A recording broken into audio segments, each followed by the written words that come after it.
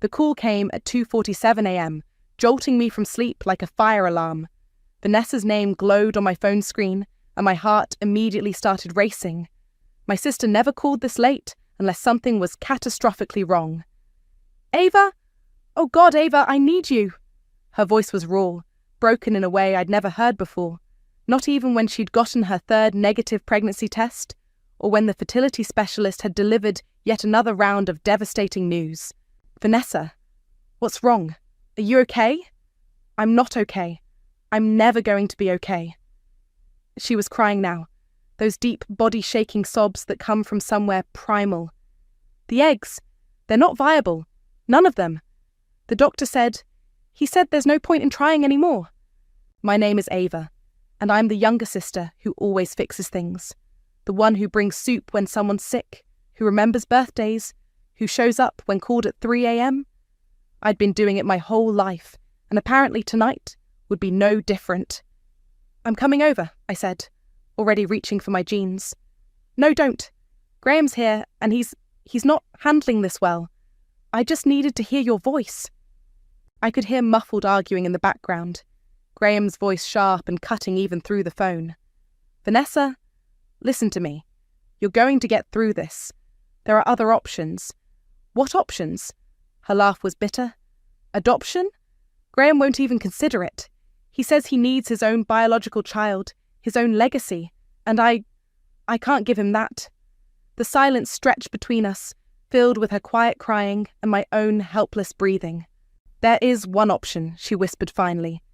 "But I can't ask you. I can't." "Ask me what?" "No, it's too much.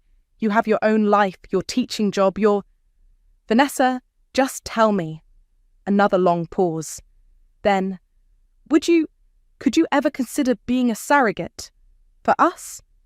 The question hit me like a physical blow. I sat down hard on my bed, phone pressed to my ear. "I know it's insane," she rushed on. "I know it's asking everything of you. But you're the only person I trust, the only person who could give us this gift. And you're so good with kids, Ava. You were born to be a mother. Born to be a mother, but apparently not born to keep the child." "I need to think about it," I managed. Of course you do. I'm sorry for even asking. I'm just so desperate and—" "I'll think about it," I repeated, more firmly this time. "Give me a few days." But even as I said it, I knew what my answer would be. I'd been watching my sister's heartbreak for 3 years. I'd seen her transform from the confident, successful marketing executive into someone hollow-eyed and brittle. If I could fix this for her, how could I not? 3 days later, I called her back. "I'll do it." The silence on the other end lasted so long, I thought the call had dropped. "Ava, did you just say, 'I'll be your surrogate. I want to help you and Graham have your family'?" She started crying again, but these were different tears. Relief, joy, hope. Oh my God, Ava, I love you so much. You're saving my life. You're literally saving my life." For the first time in years, I felt truly needed by my family. Not just useful, but essential. It was intoxicating. The first few months were everything I'd hoped for. Vanessa included me in every appointment, every decision. She held my hand during the embryo transfer, tears streaming down her face. Graham actually smiled at me, and told me I was doing something beautiful. Even Mom got involved, calling to check on me, asking about my diet and sleep schedule. For once, I wasn't the afterthought daughter, the one who got leftover attention when Vanessa was busy. But things started shifting around month 4. "You really shouldn't be eating that," Vanessa said, eyeing my sandwich at our weekly lunch. "Too much sodium? It's not good for the baby." "It's turkey and avocado," I said, confused. "Still, I've been reading about pregnancy nutrition. I made you a meal plan." She slid a laminated sheet across the table. Graham's nutritionist helped me design it. I stared at the rigid schedule of approved foods and portion sizes. "This seems a bit much, don't you think?" "Nothing is too much when it comes to my baby's health." My baby. Not our baby, not the baby. My baby. That should have been my first real warning. The second call came 6 weeks later, this time at 1:15 a.m. I was getting used to Vanessa's late-night panic attacks, but something about her voice made my blood run cold. "Ava, I need to see you. Now, can you come over?"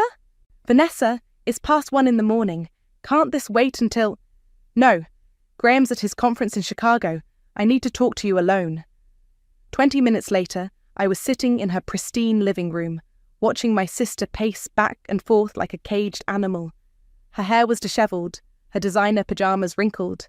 I'd never seen her look so unraveled. "The doctor called today," she said without preamble, "about the genetic testing results." My hand instinctively went to my growing belly. "Is everything okay? Is the baby—" "The baby's fine. Perfect, actually." She stopped pacing and turned to face me. "But there's a problem. A big problem." "What kind of problem?" She sat down across from me, her hands shaking as she reached for a glass of wine I hadn't noticed before. "The genetic markers, they don't match what they should." I frowned. "I don't understand." "The embryo we transferred, it wasn't viable. It didn't take." She took a large gulp of wine. "This baby, it's not from the IVF." The room seemed to tilt sideways. "What are you saying?" "I'm saying this baby is yours, Ava. Biologically yours. You must have gotten pregnant naturally, right around the same time as the transfer." I stared at her, my mouth opening and closing like a fish. That's impossible. I wasn't seeing anyone. I haven't been with anyone in months. The timing lines up with that night you came over to comfort me after the failed cycle. Remember? You stayed late, and Graham was working in his office." She trailed off, her face flushing red. "Vanessa, what are you not telling me?" She buried her face in her hands. "Graham came out to get a drink. You were asleep on the couch. He was drunk and upset and what? He thought you were me. In the dark, with your hair down. You look so much like me from behind. By the time he realized, it was too late." The world stopped spinning. Everything went completely silent, except for the sound of my own heartbeat thundering in my ears. "You're telling me that Graham, it was a mistake. A horrible, drunken mistake. You were unconscious, and he was devastated about the fertility news and—" "Stop." I held up my hand, bile rising in my throat. "Just stop talking." "Ava, please. I know how this sounds, but how this sounds! I shot to my feet. "Your husband assaulted me, and you're worried about how it sounds?" "It wasn't assault. Not really. It was a misunderstanding. I was unconscious. You were sleeping, and you didn't say no, because I was asleep." Vanessa started crying, but I felt no sympathy. None at all. "Why are you telling me this now?" I demanded. "Why not when it happened?" "Because I didn't know. Graham told me the next morning, and we both agreed it was better to pretend it never happened. But then when the doctor called about the genetics, you've known for months that this baby might be mine, and you said nothing?" I hoped it wasn't true. I prayed it wasn't true, but the tests don't lie. I started walking toward the door, but she grabbed my arm. "Ava, wait, please. I need you to promise me something." "Let go of me." "Promise me you won't tell Graham that you know. Promise me you'll let us raise this baby as ours." I yanked my arm free. "Are you insane? Think about it logically. Graham doesn't know the baby is biologically yours. He thinks it's ours from the IVF. If you tell him the truth, it will destroy our marriage. It will destroy everything." "Maybe it should be destroyed. Please, Ava, I'm begging you. This baby is the only chance I have at being a mother, the only chance Graham and I have at staying together. If you take that away from me—" She was sobbing now, mascara streaming down her cheeks. "I'll do anything. Pay you more money. Buy you a house. Whatever you want. Just please, please don't take my baby away from me." I looked at my sister, really looked at her, and saw a stranger. Someone who could watch her husband assault me and call it a misunderstanding. Someone who could ask me to pretend my own child wasn't mine. "I need to go." "Ava, please." I said I need to go. I walked out of her house and sat in my car for 20 minutes, shaking. Then I pulled out my phone and called her back. "Vanessa, I need you to repeat everything you just told me, for my own peace of mind." "Why?" "Just do it, please." And she did. Every horrible detail, while I recorded every word. The changes started immediately after that night. Within a week, Vanessa had hired a pregnancy consultant named Dr. Martinez, who showed up at my apartment unannounced. "I'm here to do a wellness check," she announced, pushing past me into my living room. "Vanessa is concerned about your living conditions." "My living conditions are fine." Dr. Martinez wrinkled her nose as she surveyed my modest one-bedroom apartment. "The air quality in this building is questionable, and these stairs, very dangerous for someone in your condition. I've been walking up these stairs for 3 years. Not while carrying precious cargo." She made notes on her clipboard. "Vanessa has arranged for you to move into the guest house behind their property. Much safer environment." "I'm not moving." "It's not really a request, dear. The contract you signed gives them authority over decisions affecting the baby's welfare." I grabbed the contract from my kitchen drawer and flipped through it frantically. There it was, buried in the legal jargon. The intended parents had the right to ensure optimal prenatal conditions. 2 days later, Graham showed up with movers. "This is for the best, Ava," he said, not making eye contact. "The guest house has better security, cleaner air, and Vanessa can monitor your health more closely." "Monitor my health?" "You've been looking pale lately, stressed. It's not good for the baby." The guest house was nice. Too nice.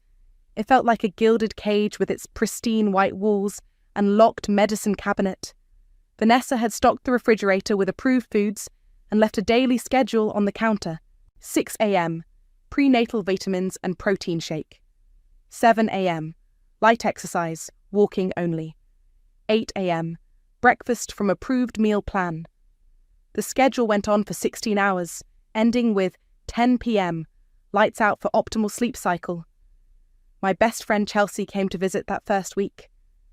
"This is insane," she said, looking around the sterile space. "You're living like a prisoner?" "It's temporary. Just until the baby comes." "Ava, listen to yourself. They moved you into their backyard like your livestock. They're just being careful. They're being controlling." Chelsea sat down next to me on the uncomfortable white couch. "When's the last time you went anywhere alone?" I tried to remember. "I went to the grocery store yesterday. With Vanessa. She wanted to make sure I bought the right things."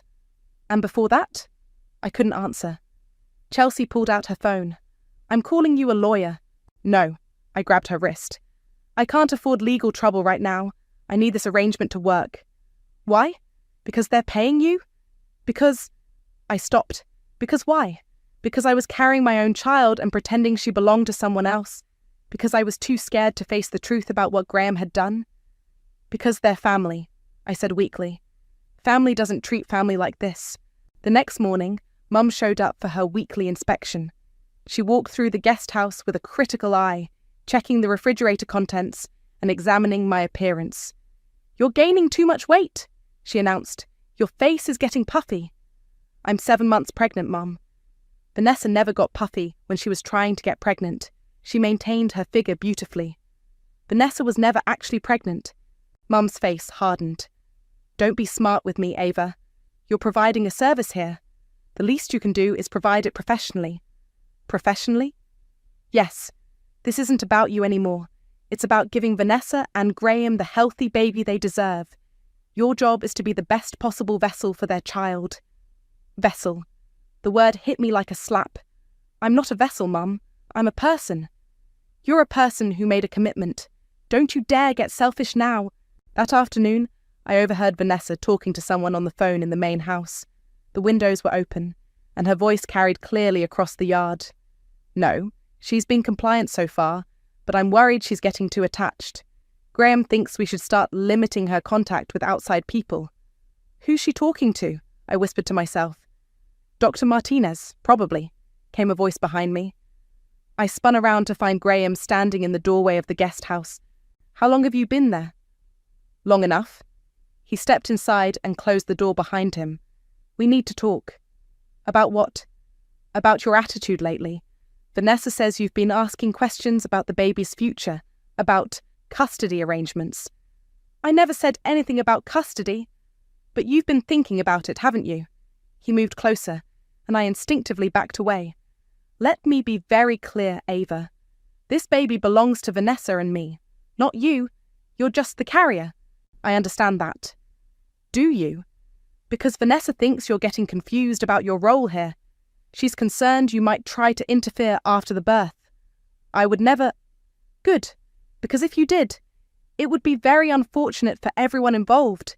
You signed a contract, you took our money, and frankly, given your history of instability... My history of what? The family has discussed your emotional state, your tendency toward dramatic outbursts, your inability to maintain stable relationships. He smiled, but it didn't reach his eyes. If it came down to a legal battle, I don't think you'd fare very well. After he left, I sat on the white couch and stared at the locked medicine cabinet.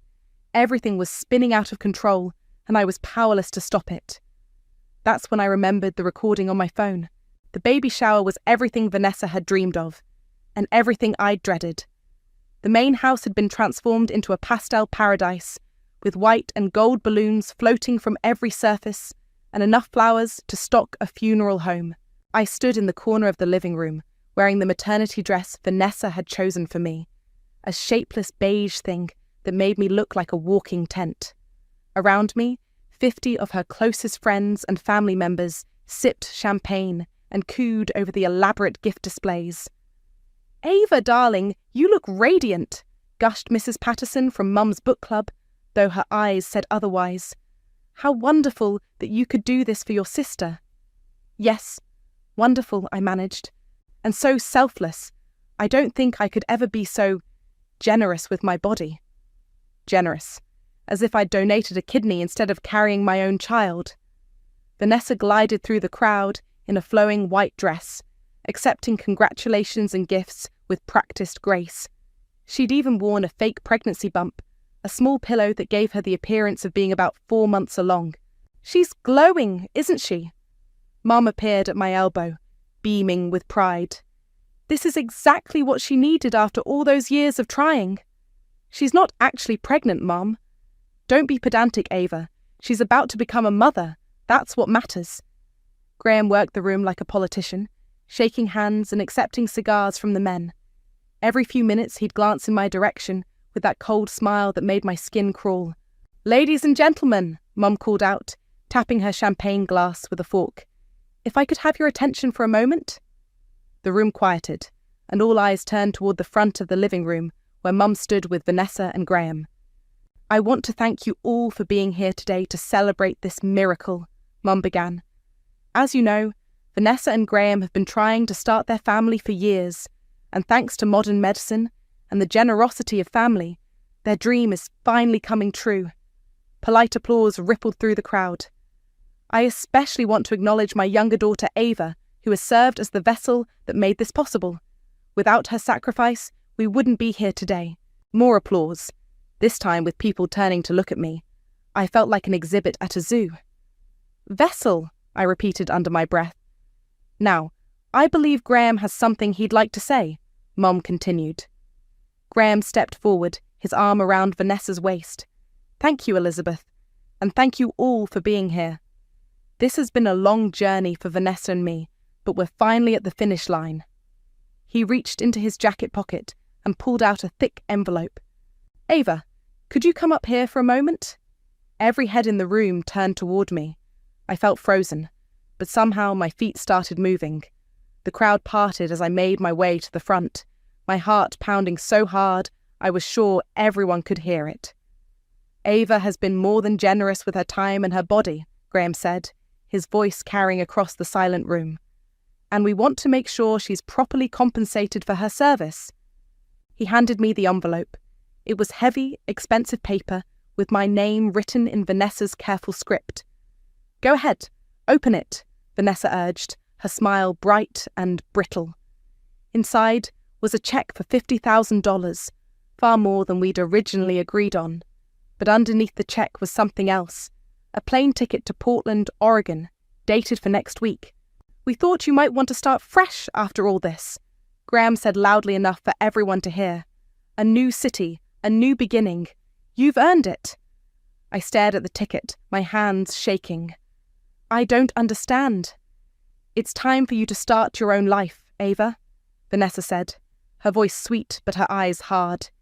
"You've done such a beautiful thing for us. and now you deserve to focus on yourself. But the baby isn't due for another month. The doctors think it might be sooner than that. And frankly, it might be easier for everyone if you're not around during the transition. The room was completely silent now. I could feel 50 pairs of eyes watching this exchange, waiting to see how I'd respond. You want me to leave before the baby is born? We want you to have the freedom to move on with your life, Graham said smoothly. No strings attached, no awkward visits or complicated feelings. A clean break is better for everyone. My cousin Serenity was standing near the back of the room, her face pale with shock. Chelsea had positioned herself by the kitchen door, her phone in her hand like she was ready to call for help. This is very generous, I said slowly, holding up the envelope. But I think there's been a misunderstanding. What kind of misunderstanding? Vanessa's smile faltered slightly. About whose baby this actually is. The silence in the room became deafening. Someone's champagne glass clinked against a table. A baby started crying somewhere in the distance, probably one of the guests' children. Ava, Mum said sharply, don't make a scene. I'm not making a scene, Mum. I'm just clarifying the situation for everyone. Graham stepped forward, his face darkening. I think you're confused about your role here, Ava. Perhaps the stress of the pregnancy has affected your judgment. My judgment is fine. It's my memory that's been bothering me lately. I pulled out my phone and held it up so everyone could see. Especially my memory of a very interesting conversation I had with Vanessa a few months ago.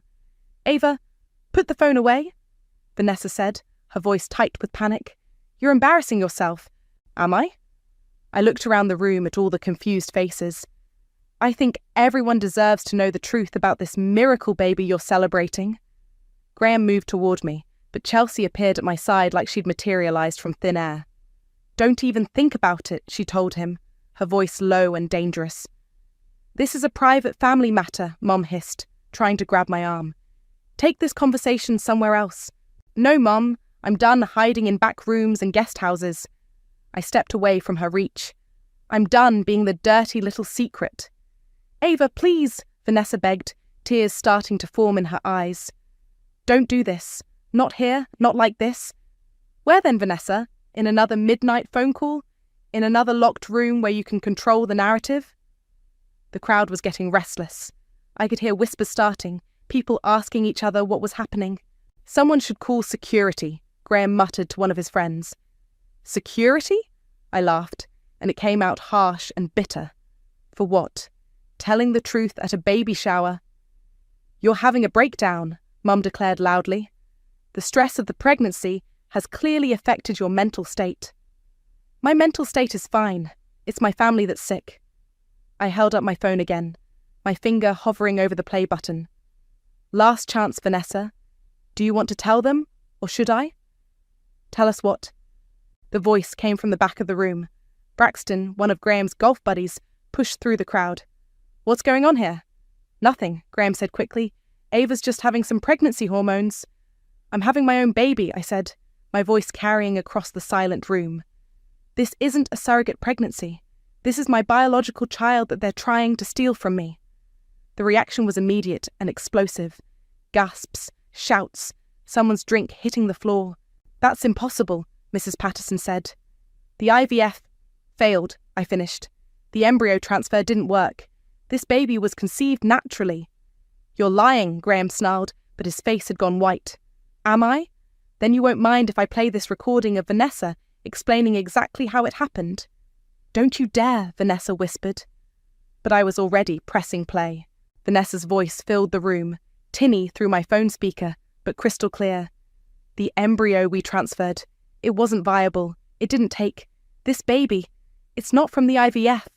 This baby is yours, Ava. Biologically yours. The room erupted. People were talking over each other, demanding explanations, some heading for the door. Turn it off, Mom shrieked, lunging for my phone. But the recording kept playing.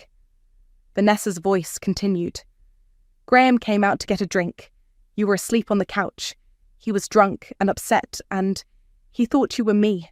In the dark, with your hair down, you look so much like me from behind. By the time he realized, it was too late. The silence that followed was deafening.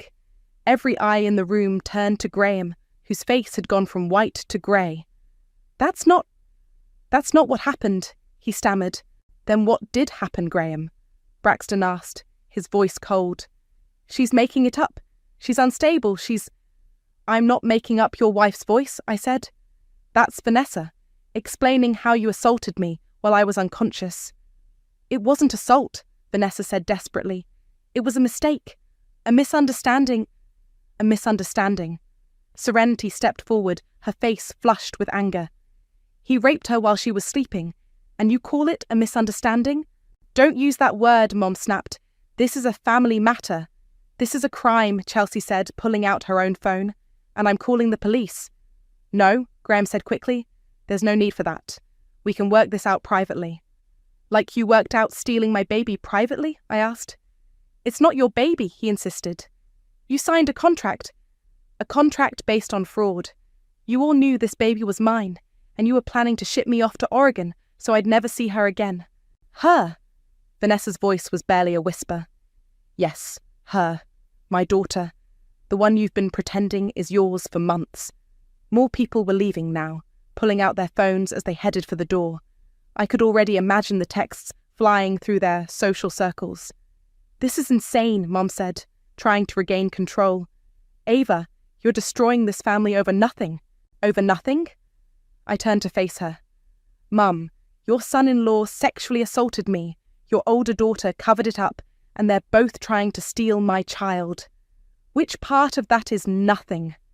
You agreed to be a surrogate. I agreed to carry Vanessa's baby. This isn't Vanessa's baby. This is mine. Graham grabbed Vanessa's arm. We're leaving. This conversation is over. No, it's not, I called after them. It's just getting started. As they pushed through the crowd toward the door, I heard Vanessa sobbing and Graham hissing something about lawyers. Ava, Serenity appeared beside me, her face pale but determined. I need to tell you something. What? I have text messages from Vanessa from months ago. She was asking me about adoption laws, about parental rights. She knew, Ava. She's known all along that this baby was yours. The last few guests were filing out now, their voices carrying back through the open door as they discussed what they'd just witnessed. Chelsea put her arm around my shoulders. Are you okay? I looked around the destroyed party. Overturned chairs, abandoned gifts, champagne glasses scattered across the floor. No, I said, but I'm finally free. The bathroom in the main house became my refuge as the chaos continued outside. I could hear car doors slamming, engines starting, and the rapid-fire buzz of phone conversations as guests fled the scene. My hands were shaking so badly I could barely turn on the faucet. Chelsea knocked on the door. Ava, you okay in there? I'm fine, I lied, splashing cold water on my face. No, you're not. And that's okay. What you just did took incredible courage.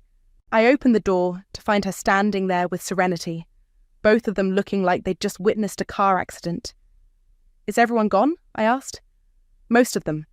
Your parents are in the kitchen having a screaming match with Vanessa. Graham locked himself in his office. What are they saying? Your mum's blaming you for ruining the family reputation. Your dad's asking why nobody told him what really happened. And Vanessa... Serenity shook her head. Vanessa's having a complete meltdown. As if on cue, we heard Vanessa's voice from the kitchen, high and hysterical. She's destroying everything I've worked for. You worked for? Dad's voice louder than I'd ever heard it. You covered up a sexual assault. It wasn't assault. It was a mistake. A mistake that resulted in a pregnancy you tried to steal. Chelsea grabbed my arm. We should get you out of here. No. I straightened up, feeling something hard and cold settle in my chest. I'm not running anymore. I walked back into the living room, where the remnants of the baby shower looked like a crime scene. Broken glass, scattered napkins, and abandoned gift bags created a surreal landscape of destruction. Graham emerged from his office, his face red and his tie loosened. Ava, we need to talk. Privately. Nothing private anymore, Graham. I'm done with secrets.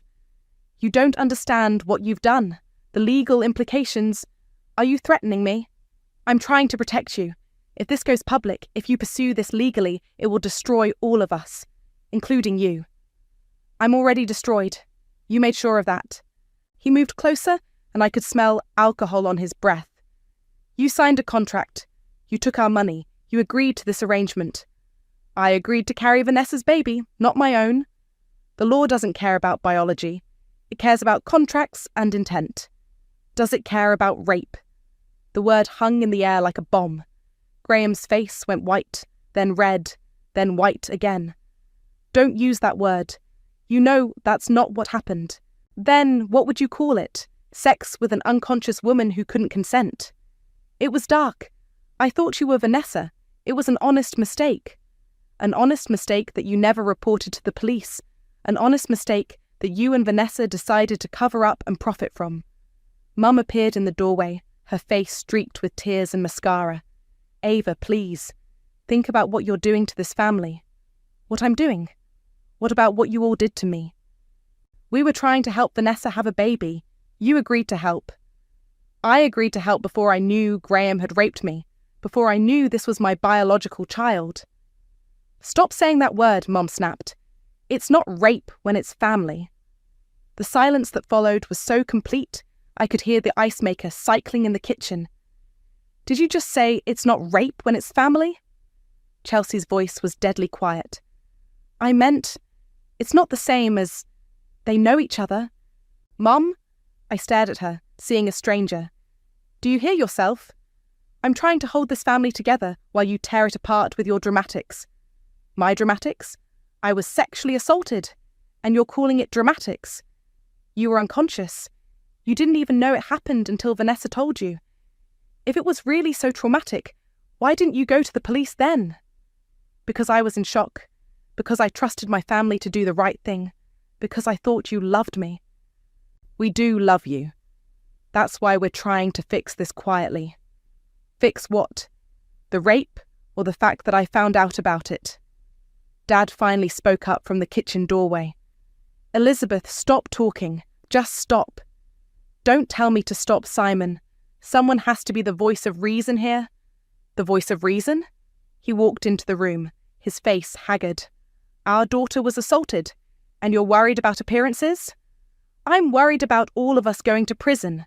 Maybe some of us should go to prison, Serenity said quietly. Everyone turned to look at her. She was holding her phone, scrolling through something. What are you talking about? Graham demanded. These text messages from Vanessa, from 4 months ago. She started reading. I need to know about parental rights. If someone carries a baby that's biologically theirs but legally someone else's, what happens? Can the biological parent claim custody later? Give me that phone! Mum lunged for it, but Serenity stepped back. There's more. What if the biological parent doesn't know the baby is theirs? Can we keep it that way legally? And my personal favourite? Graham thinks we should move Ava somewhere isolated before the birth, somewhere she can't cause problems. Graham's face had gone completely grey. Serenity, you don't understand the context. The context is that you all knew this baby was Ava's, and you were planning to steal her and disappear the evidence. We weren't stealing anything. We were providing a stable home. By lying, manipulating, and isolating the biological mother. She agreed to be a surrogate. She agreed to carry your baby, not give up her own. The front door opened, and Vanessa stumbled back in, her face blotchy and her hair dishevelled. It's over, she announced. It's all over. Mrs. Patterson is already posting about it on Facebook. Braxton called his wife. By tomorrow, everyone will know. She looked at me with pure hatred. Are you happy now? You've destroyed everything. I didn't destroy anything, Vanessa. I just stopped pretending your lies were the truth. This baby was supposed to save my marriage, save my life. This baby is my daughter, not your salvation. She's not your daughter. She's mine. I've been planning for her, preparing for her, loving her. You've been planning to steal her. Vanessa collapsed into a chair, sobbing. I can't lose her, I can't. She's all I have left. You never had her to begin with. Graham pulled out his phone. I'm calling Warren. We need legal advice. Good idea, Chelsea said, pulling out her own phone. I'm calling the police. Wait, I said. Everyone froze. Before anyone calls anyone, I want to make one thing clear. I looked around the room at my family, my broken, toxic, criminal family. This ends now. All of it. The lies, the manipulation, the cover-ups, everything? What do you want? Graham asked. I want my daughter, I want full custody, and I want all of you to stay away from us. That's not legally possible. Then make it possible, because if you don't, that recording goes to the police, the media, and anyone else who'll listen. The room fell silent except for Vanessa's quiet sobbing. You're blackmailing us, Mum said. I'm protecting my child, something none of you ever did for me. Graham's phone rang, cutting through the tense silence. He glanced at the screen and his face went even paler. It's Warren, he said, answering immediately. Warren, thank God. We have a situation. He walked toward the kitchen, but I could still hear every word. What do you mean it's already online? What's online? A pause. Facebook? Instagram? How is that possible? Serenity held up her phone. Braxton's wife posted a live video during your little speech. It's been shared 200 times already. Jesus Christ, Graham muttered, returning to the living room. Warren, I need you to get here now. We need damage control. Damage control? I laughed. The damage is done, Graham. The truth is out. The truth according to you. We'll see what a judge says about your little recording. Actually, Chelsea said, scrolling through her phone, we might not need a judge. Look at this. She turned her screen toward us. It was a Facebook post from someone named Jennifer Patterson. Just witnessed the most insane baby shower drama. The surrogate sister played a recording proving the baby is actually hers and the husband assaulted her while she was unconscious. I'm literally shaking. Baby shower. From hell. Justice forever. 237 shares, Chelsea read. And climbing. Mum sank into a chair. We're ruined. Completely ruined. You ruined yourselves, I said. My phone started buzzing with notifications. Text messages, missed calls, social media alerts. The story was spreading like wildfire. Ava, Dad said quietly, what do you want from us? Really? I want you to admit what you did. I want Graham to turn himself into the police, and I want full custody of my daughter. That's not going to happen, Graham said, ending his call with Warren. My lawyer says the surrogacy contract is ironclad. Biology doesn't matter if there's a legal agreement in place. Your lawyer doesn't know about the recording. The recording proves nothing except that Vanessa was confused about the timeline. Confused? Serenity stepped forward. She explicitly said Graham assaulted Ava while she was unconscious. She said it was a misunderstanding in the dark. That's not assault. It's rape, Chelsea said flatly. Sex without consent is rape. She didn't say no, because she was unconscious. The front door opened again, and Warren walked in, a thin man in an expensive suit who looked like he'd rather be anywhere else. Graham, Vanessa, he nodded to them, then looked around the destroyed living room. I see the situation is escalating. Warren, thank God, Vanessa said, wiping her eyes. Tell them about the contract. Tell them Ava can't just take our baby. Warren pulled out his phone and showed Graham something on the screen. Graham's face went white. What is it? Vanessa demanded. The video, Warren said grimly. It's gone viral. Local news stations are picking it up. I've already had 3 reporters call my office. Can we sue for defamation? Mum asked desperately. Sue who? The woman telling the truth about being sexually assaulted? Warren shook his head. Elizabeth, I need to be very clear here. If this goes to court, Graham could face criminal charges. For what? It was a misunderstanding? It was rape, Warren said bluntly. And now there's recorded evidence of a conspiracy to cover it up and steal the resulting child. The room fell silent. What are our options? Graham asked quietly. Honestly, very limited. The surrogacy contract becomes void if it was based on fraud or coercion. And given the circumstances, Warren looked at me. Ava has a very strong case for full custody. This is insane, Vanessa whispered. She agreed to this. She wanted to help us. She agreed to carry your biological child, not give up her own, Warren replied. The law is very clear on this distinction. My phone rang. I glanced at the screen. It was a number I didn't recognize. Hello? Is this Ava Morgan? This is Rebecca Chen from Channel 7 News. We'd like to interview you about the baby shower incident that's been circulating online. I looked around the room at my family's horrified faces. Actually, yes. I'd be very interested in telling my story. Ava, don't, Mum pleaded. Think about the family. I am thinking about my family, my daughter and me. When would be convenient for the interview? The reporter asked. How about now? I'm at 1247 Maple Street. The scene of the crime, you might say. Graham lunged for my phone, but Chelsea blocked him. Touch her again, and I'm calling 911, she warned. This is blackmail, he snarled. No, this is consequences, I replied. Something you've never had to face before. Warren was typing furiously on his phone. Graham, I strongly advise against any further contact with Ava. Anything you say now could be used against you in criminal proceedings. Criminal proceedings? Vanessa's voice was barely a whisper. Sexual assault is a felony, Vanessa. Conspiracy to cover it up is also a crime. And attempting to steal someone's biological child. Warren shook his head. You're looking at serious jail time.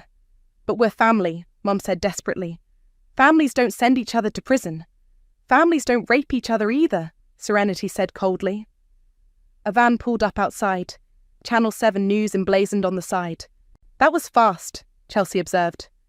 Slow news day, I said, walking toward the door. Perfect timing for a story about justice. Ava, please, Vanessa grabbed my arm. I'm begging you, don't do this. I'll give you anything you want. Money, the house, whatever. I want my daughter, and I want all of you to stay away from us forever. You can't just disappear with her. We have rights. You have no rights. You're not her parents. You never were. I opened the front door as the news crew approached. Ms. Morgan, I'm Rebecca Chen. Thank you for agreeing to speak with us. Thank you for coming. I have quite a story to tell. Behind me, I could hear Vanessa sobbing and Graham cursing. Mum was on her phone, probably calling relatives to do damage control. But for the first time in months, I felt free. Where would you like to start? The reporter asked, setting up her camera. I looked back at the house where I'd been held prisoner, at the family who'd betrayed me in the worst possible way. Let's start with the truth, I said. All of it. The interview aired that night during the 6 o'clock news. I watched it from my hospital bed, holding my daughter, Marley, who had arrived 3 days after the baby shower, as if she couldn't wait to escape the chaos surrounding her birth. Local woman exposes family conspiracy, the anchor announced. A baby shower turns into a shocking revelation of sexual assault and attempted child theft. Chelsea sat in the chair beside my bed, scrolling through her phone. The video has over 1 million views now. The injustice for Ava is trending. Any word from my family? Radio silence, but Graham's law firm issued a statement saying he's taking a leave of absence pending an investigation. My phone buzzed with a text from an unknown number. This is Warren. Graham and Vanessa want to meet. They're prepared to discuss terms. I showed Chelsea the message. Terms? She scoffed. What terms? They have no leverage. They think they do. The surrogacy contract, the money they paid me, the fact that I lived in their guest house for months. All of which becomes irrelevant when you prove fraud and sexual assault. Dr. Martinez, the real Dr. Martinez from the hospital, not Vanessa's hired spy, knocked on the door. How are we feeling today, Ava? Like I've been hit by a truck, but otherwise good. And Miss Marley? I looked down at my daughter, sleeping peacefully in my arms. She had my nose and what looked like it might be my dark hair, though it was still too early to tell. She's perfect. Any visitors today? Just Chelsea. My family is complicated right now. Dr. Martinez nodded diplomatically. Well, you should be able to go home tomorrow if everything continues to look good. After she left, I called Warren back. This is Ava. Ava, thank you for calling. My clients would like to arrange a meeting. Your clients can arrange to turn themselves in to the police. That's not going to happen, but they are prepared to make a very generous offer. I'm listening. Full custody to you, no visitation rights claimed, and a substantial financial settlement. In exchange, you agree not to pursue criminal charges.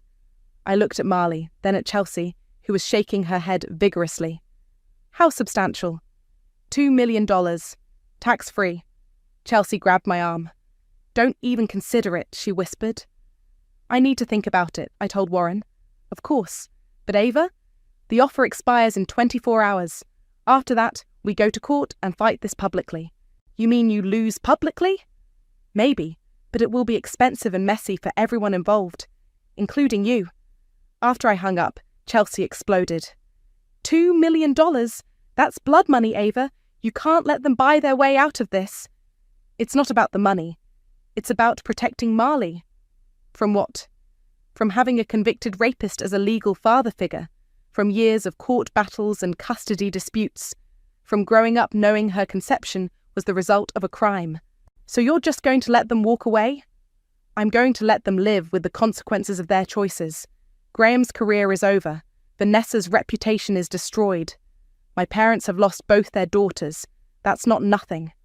My phone rang. It was Serenity. "Ava, I wanted you to know. I filed a police report about the text messages and what I witnessed at the shower." "Serenity, you didn't have to..." "Yes, I did. What they did to you was criminal, and someone needs to be held accountable." "What did the police say?" "They're opening an investigation. The detective wants to interview you when you're ready." I looked down at Marley again.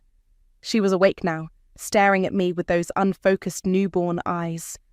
"I'll call them tomorrow." "Good. And Ava, I'm sorry. I'm sorry I didn't speak up sooner. I'm sorry our family failed you, and I'm sorry you had to go through this alone. I wasn't alone. I had Chelsea. And now I have Marley. You have me too. Whatever you need." The next morning, Detective Rodriguez came to the hospital. She was a middle-aged woman with kind eyes and a no-nonsense attitude.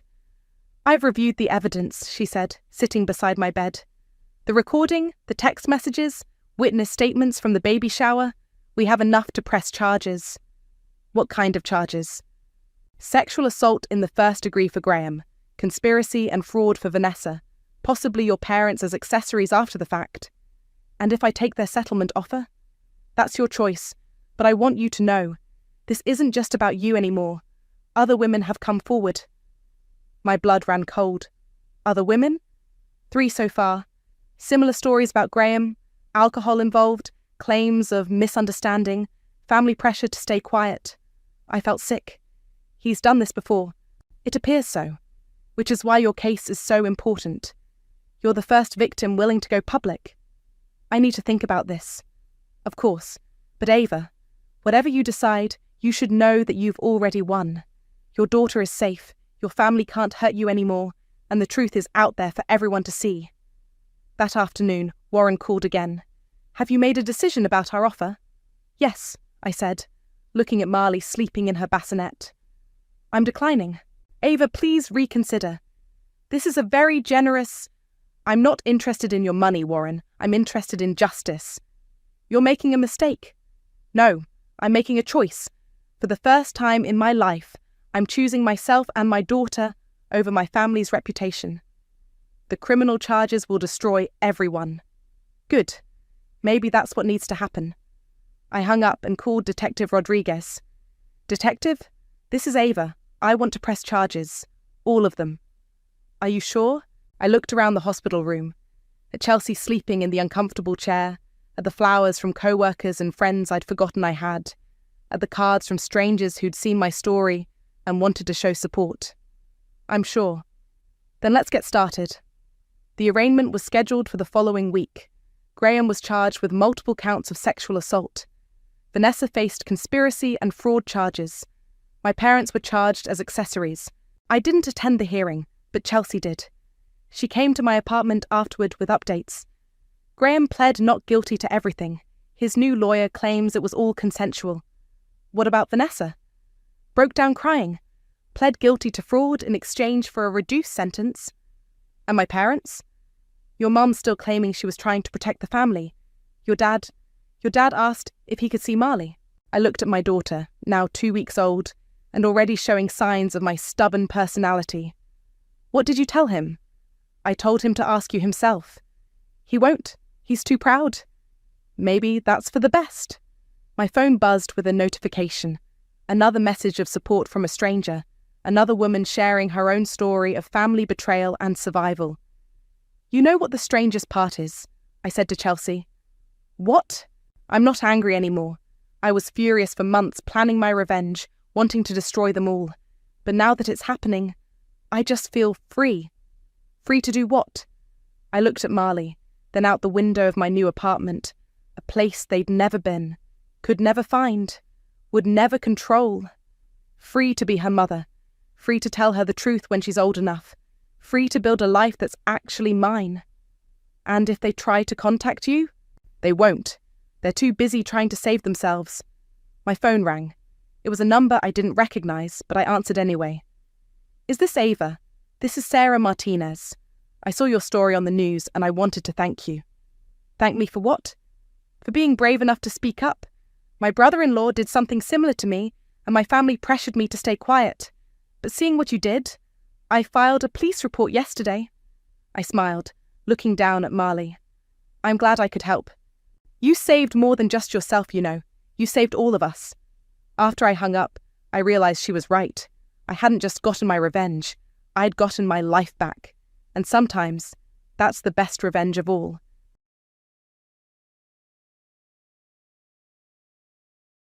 Hello everyone, I'm Betty. I want to share a significant chapter of my life that involved intense challenges with my in-laws and my husband while navigating a divorce. I hope my story resonates with those who have faced undue criticism from their in-laws.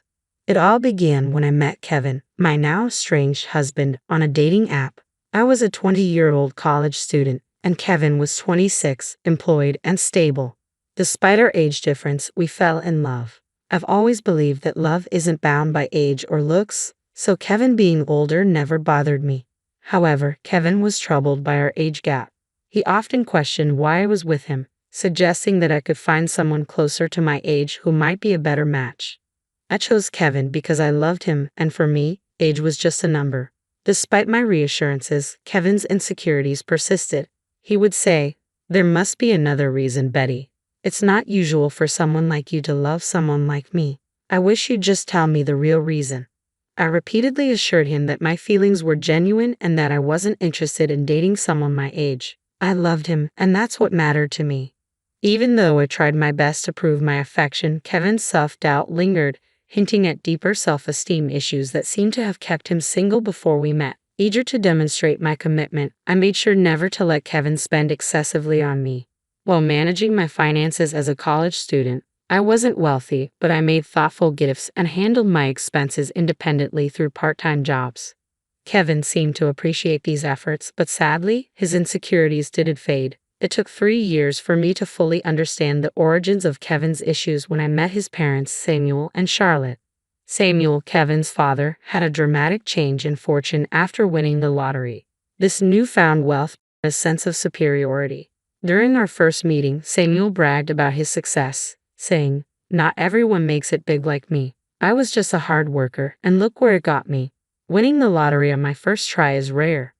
Samuel and Charlotte were proud of their wealth and often implied that Kevin, despite his college education, would never reach their level of financial success.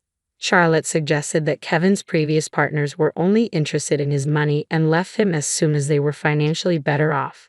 They openly doubted Kevin's ability to make good decisions, which infuriated me. It seemed like they painted every woman Kevin dated as a gold digger, and over time, Kevin began to believe this narrative himself. Their insinuation that I was just another gold digger became an embarrassing and hurtful part of their story. Fed up with their baseless assumptions, I stood up for both Kevin and myself. "I'm sorry, but I have to disagree. Kevin has worked hard to establish his career and will achieve even greater success in time." Samuel retorted, "That doesn't change the fact that women only want him for money.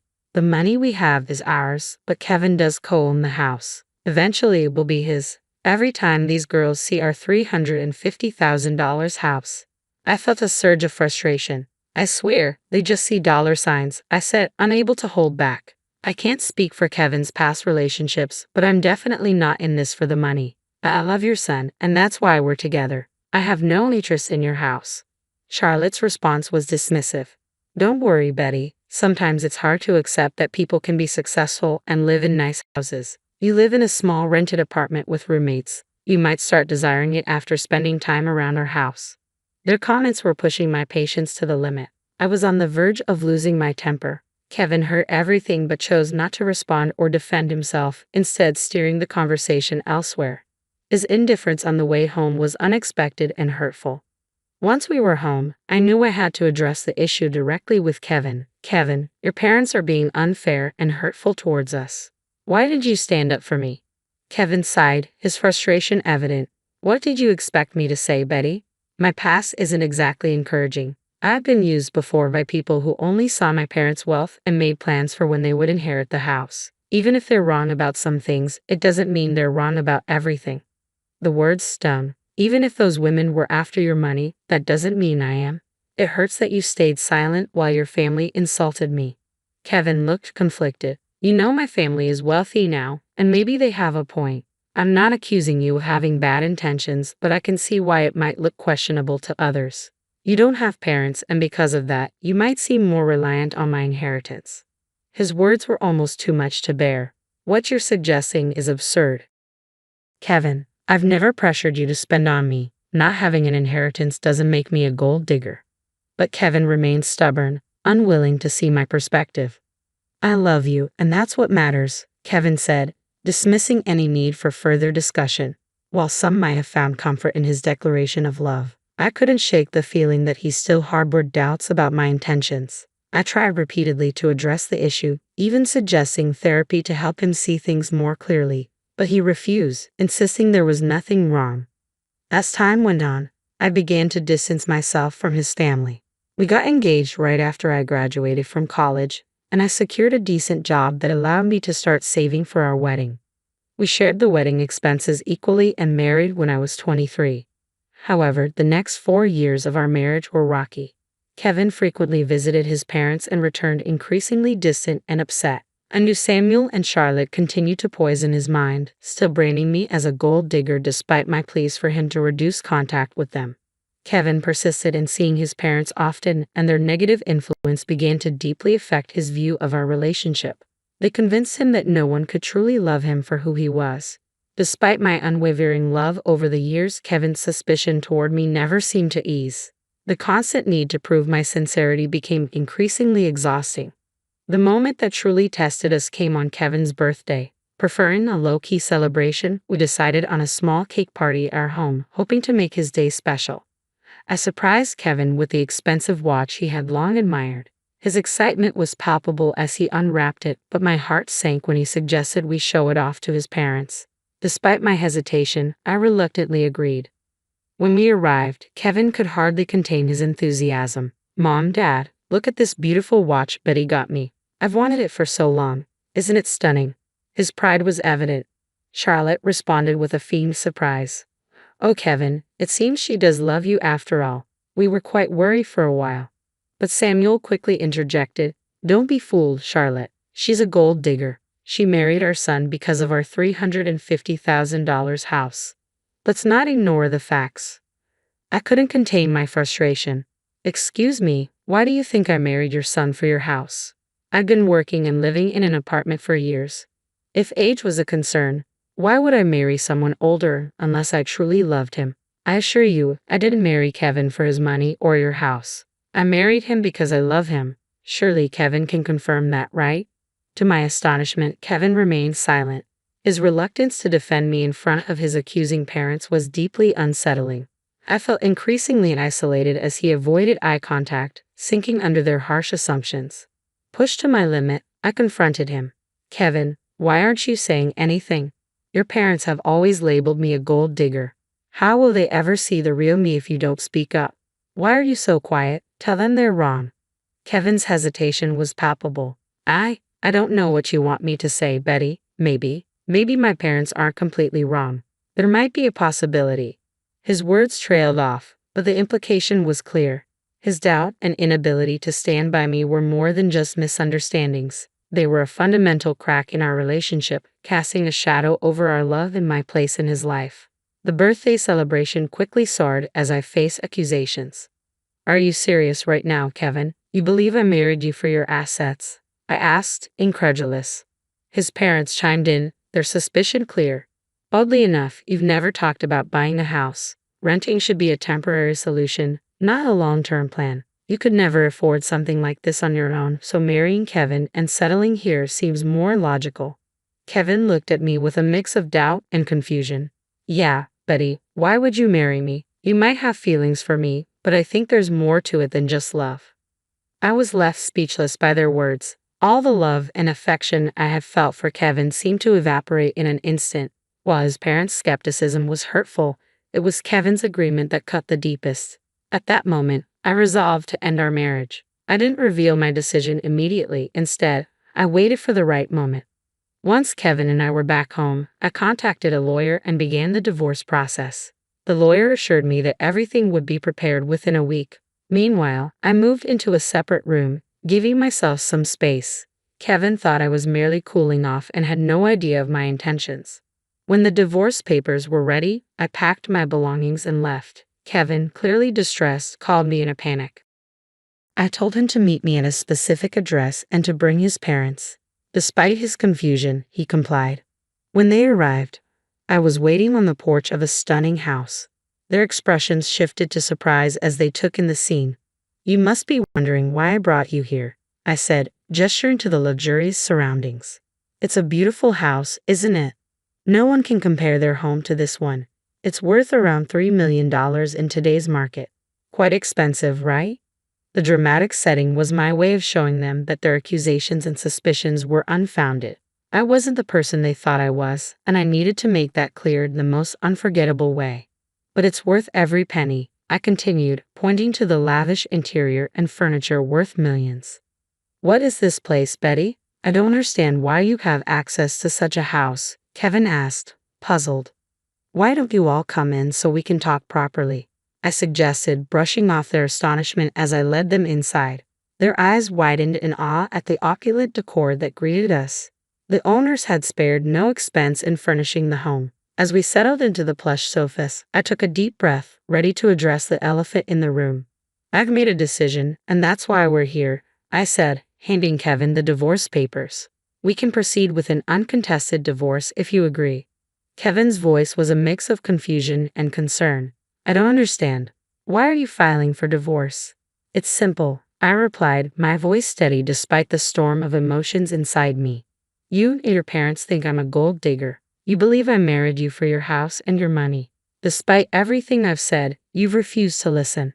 It's better for everyone if I leave, sparing you from what you deem my gold-digging tendencies. Kevin's face showed disbelief. You're considering divorce just because my parents spoke what they believed to be the truth. That's ridiculous. I think it's for the best, I replied firmly.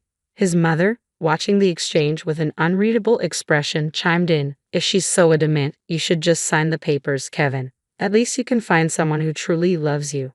Kevin's suspicion grew. Why did you bring us to this house, Betty? Do you expect me to buy this for you as part of our divorce settlement? Why would I need you to buy this house, Kevin? It's already mine, I answered calmly, watching their shock and disbelief unfold. They looked at me as if I were joking. How on earth can you afford a house like this? You're renting, and your job isn't enough to cover something like this. Stop lying to us, Kevin's father demanded, his tone sharp with suspicion. Their disbelief was palpable, but I was ready to prove my independence and financial capability once and for all. I'm not lying, I asserted firmly, meeting their incredulous looks. Kevin, remember? When I mentioned that my parents had left me an inheritance, I explained that this house was part of it. It's held in a trust for now, but I will officially inherit it when I turn 31. I don't need to work a high-paying job because I have a trust fund waiting for me. That's impossible, Kevin interjected, his confusion palpable. Your parents passed away a long time ago. They should have given you the house earlier. My parents anticipated potential exploitation, I explained. They instructed me never to disclose the house or the trust fund. They wanted to protect me from people who might try to take advantage, so they put everything in a trust until I was older. Kevin's mother was astonished. Oh my God, Betty, you should have told us about your wealth. We had no idea you owned such a sizable house. We could all live very comfortably here. Yeah, you should have shared that sooner, Kevin added, looking relieved but somewhat embarrassed. We thought you were after our house. We could have avoided all the misunderstandings. I always knew Betty was perfect for Kevin, his father chimed in, his tone now markedly warmer. She's a great woman. Look how wealthy she is. Kevin found a great match. Their attitudes had shifted so quickly that it was almost dizzying. Even more bizarre was how they seemed to forget about the divorce papers I had brought. I pulled them out, signed them, and said, "Here's my signature for an uncontested divorce. You can just sign these to finalize things. If you want to fight, we can take this to court, but I won't be living with you anymore." "Wait, Betty, listen to me. There's no need to rush this," Kevin pleaded. "You've proven you're not a gold digger. There's no reason for a divorce anymore. We even apologize for the misunderstandings. That should make things better, right?" "Yes, Samuel is right," his mother added, her voice filled with regret. "We're sorry we doubted you." Despite their apologies and sudden change of heart, the clarity of their initial judgments and accusations lingered in my mind. It reinforced my decision to leave a relationship where trust had to be constantly proved rather than freely given. "I don't want your insincere apologies," I said firmly. "For 3 years, you allowed your family to berate me and label me a gold digger. I expected you to defend me, but instead, you sided with them and even accused me of the same. I can't stay with someone who doesn't respect his wife. I'm done, Kevin. We can part ways amicably or involve the courts. The choice is yours." Charlotte and Samuel tried desperately to change my mind, pleading with me to overlook the past, but their lack of genuine remorse only fueled my anger. When I reached my breaking point, I demanded they leave before I called the police. My firm stance intimidated them, and they left without further argument. Over the next few weeks, Kevin and his parents continued to harass me. They begged, pleaded, and even offered bribes to persuade me to stay. Their belief that money could sway my decision only intensified my fury. It was a stark revelation of their persistent view of me as someone motivated by financial gain. Ironically, since Kevin co-owned the house with his parents, I was entitled to half of his share, which only fueled their desperation for reconciliation. Despite their relentless attempts, I remained steadfast in my decision to part ways. I relocated all my belongings to my parents' house, asserting my right to stay there even before officially taking ownership. Kevin and his parents persisted in their attempts to reach me, prompting me to change my phone number to avoid their constant calls. Kevin even attempted to discuss matters at my workplace, but security was informed in advance and asked them to leave. Kevin still hadn't signed the divorce papers, holding out hope for a change in my decision. Nearly a year has passed and the situation remains unresolved, a testament to the complexity and emotional depth of our entangled lives. With less than a year remaining until the legal process is concluded, I've managed quite well on my own, finding both happiness and financial stability. While I've gone on a few dates, I'm not considering anything serious at the moment. According to a cousin of Kevin, his family is now worried about having to pay me my rightful share of the house. The legal fees are mounting, and their savings are insufficient. Kevin is even advocating for selling the house, harboring resentment toward his parents for the upheaval they've caused in his life. At this point, I simply don't care about their dilemmas. My only goal is to be free from that toxic family and move on with my life, leaving the chaos and negativity behind.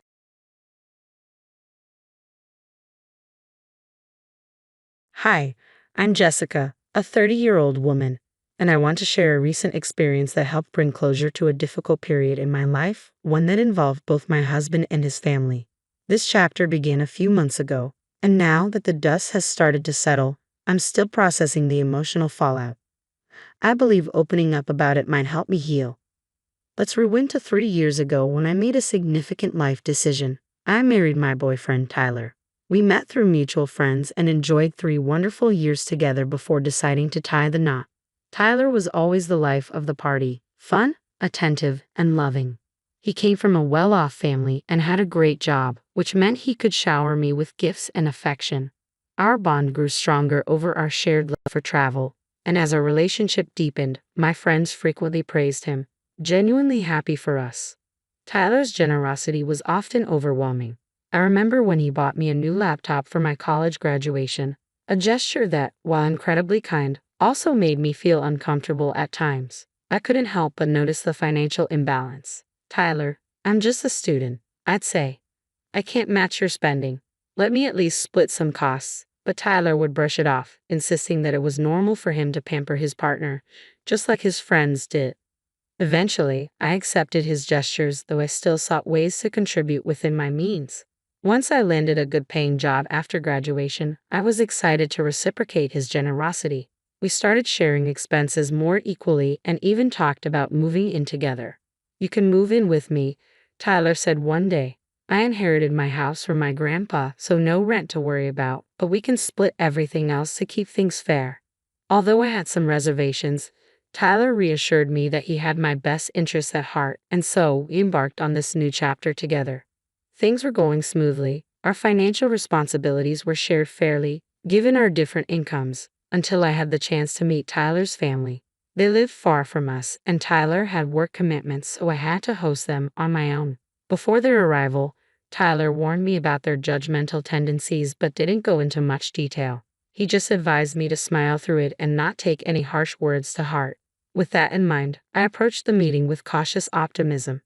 However, any hope of a warm welcome quickly vanished when Tyler's parents and sister arrived. Instead of the friendly atmosphere I'd anticipated, they showed up visibly annoyed, setting a tense tone from the start. It didn't take long before their opinions about me became painfully clear. "So, you're the woman Tyler's been seeing," his mother Martha said coldly. "I didn't expect to find you living here. Do you even pay rent?" "No, Martha," I replied calmly, though her question caught me off guard. "Tyler told me the house was fully paid for, but we split all other bills evenly." Martha wasn't convinced. "Just because the house is paid for doesn't mean you can freeload. This is Tyler's house, not yours. Remember that." Her words stung, and the conversation grew more uncomfortable. Tyler's sister, Teresa, wasn't any better.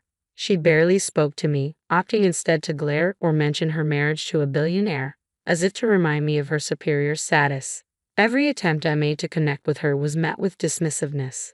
Throughout their visit, Tyler offered no support. In fact, he seemed to side with his family, echoing their sentiments. His parents criticized my spending habits, particularly my purchases of makeup and skincare products, claiming they were frivolous considering my so-called limited contributions to the household. Their skepticism about my financial independence only deepened, partly because of comments Tyler had made. He casually mentioned to them, "Jessica was just a struggling student when we met," as if I'd been entirely dependent on him. While it's true Tyler supported me financially early on, his portrayal wasn't entirely accurate, and it felt like he was subtly reinforcing their negative opinions. Tyler's family's disapproval of me, combined with his passive stance, made the entire experience incredibly challenging. It left me questioning not only my relationship with them but also the dynamic between Tyler and me. I was caught off guard by these remarks and reminded Tyler that we had already adjusted our financial arrangement to split the bills equally. I explained that I had lived modestly both before and during our relationship and that any luxury items I had were gifts from him, gifts I had often warned him against due to their extravagance. Yet Tyler defended his lavish spending, claiming that his social status required him to give extravagant gifts. It became clear that his generosity was more about impressing his friends than truly caring for me. Their visit left me with a bitter feeling, so I confronted Tyler about the entire ordeal once they left. Unfortunately, he brushed it off.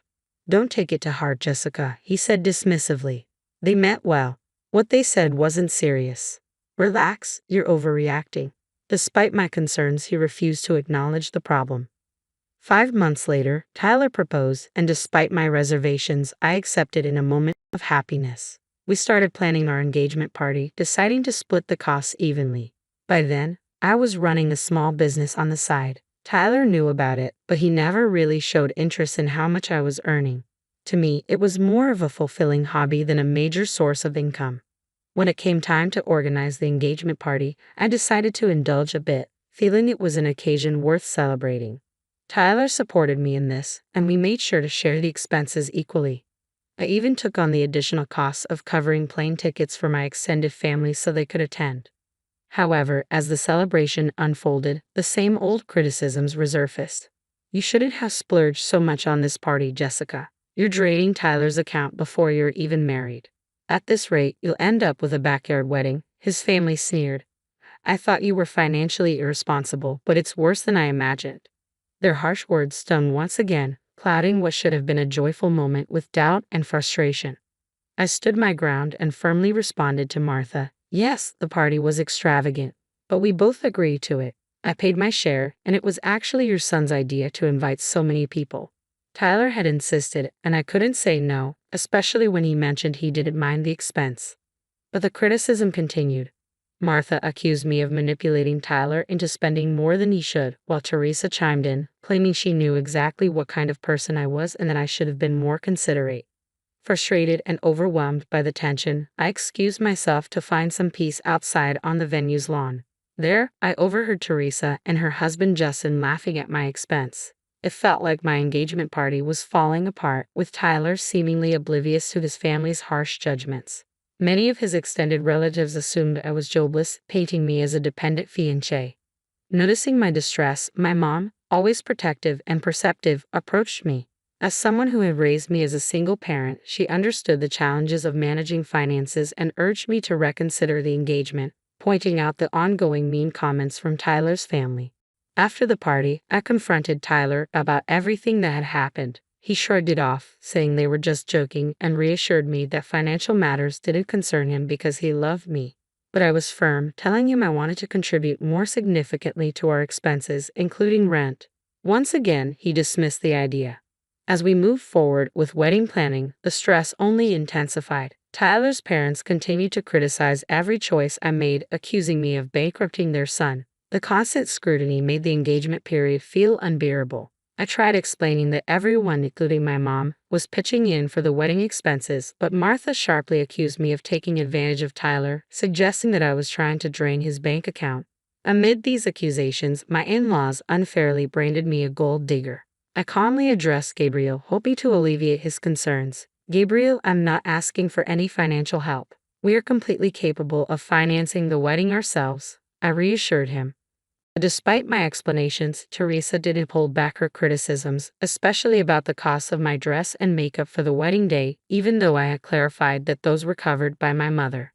The ceremony itself went smoothly, but during the reception, Martha and Gabriel continued to criticize my spending habits, accusing me of financially exploiting their son. Despite the harsh words, I knew that no matter how much I explained or defended myself, they were determined to paint me in the worst possible light. I chose to remain silent, determined not to let any conflict ruin what was supposed to be a special day. A few months later, Tyler received a significant promotion at work, and he was eager to celebrate with a grand family dinner. I was thrilled for him and wanted to make the occasion even more memorable, so I offered to cover all the expenses myself. Tyler, I want this dinner to be something extraordinary. I'm so proud of you, and I want to celebrate your success, I told him enthusiastically. He appreciated the gesture, and I shared that my business was flourishing, providing me with a stable income, and that I had recently accessed a trust fund from my paternal grandfather. I meticulously planned the entire event, determined to make it perfect for his celebration. However, when his family arrived, they were visibly displeased, despite the positive feedback from other guests. It became clear that they had reservations about the lavishness of the dinner. During the speeches, Martha stood up, her voice loud enough to command the room. I want to thank everyone for gathering here to celebrate my son, she began. He's incredibly hardworking, generous, and truly deserving of this promotion. Unfortunately, his good fortune hasn't extended to his choice of a partner. The room grew tense as her words hung in the air. It's unfortunate that, of all people, he's tied himself to what some might call a gold digger. I felt a knot tighten in my stomach, but I remained still as she continued, her tone dripping with regret. I only wish he had seen her true nature earlier. Then maybe he wouldn't have to work so hard to support her lavish lifestyle. Her eyes scanned the room, making sure her message was heard. It's painfully obvious to everyone here that his wife has been extravagant, from the engagement party to tonight's dinner. It seems she has nearly drained his accounts. The sting of her words was sharp, but I kept my composure, knowing full well that any reaction would only fuel their baseless accusations. I took a deep breath, steeling myself for what was to come. Martha added smugly, "Thank goodness we had Jessica sign a prenuptial agreement before the wedding. At least some of his assets are protected." She sighed, almost relieved, as she continued, "It's a good thing my son married someone who can at least keep up the appearance of a trophy wife."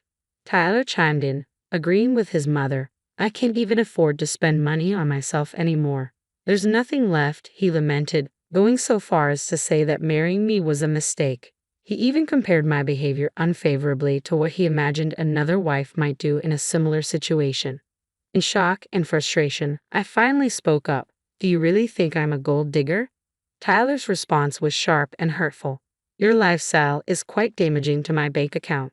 Stunned but determined to set the record straight, I confronted the accusations head on. Since you all think I'm such a gold digger, let me show you my bank balance. Maybe that'll clear things up. I revealed my financial independence to the room, which was met with disbelief. Amid the heated exchange, Martha pointedly accused, "Did you steal my son's money?" Tyler added suspiciously, "She must have taken it from you."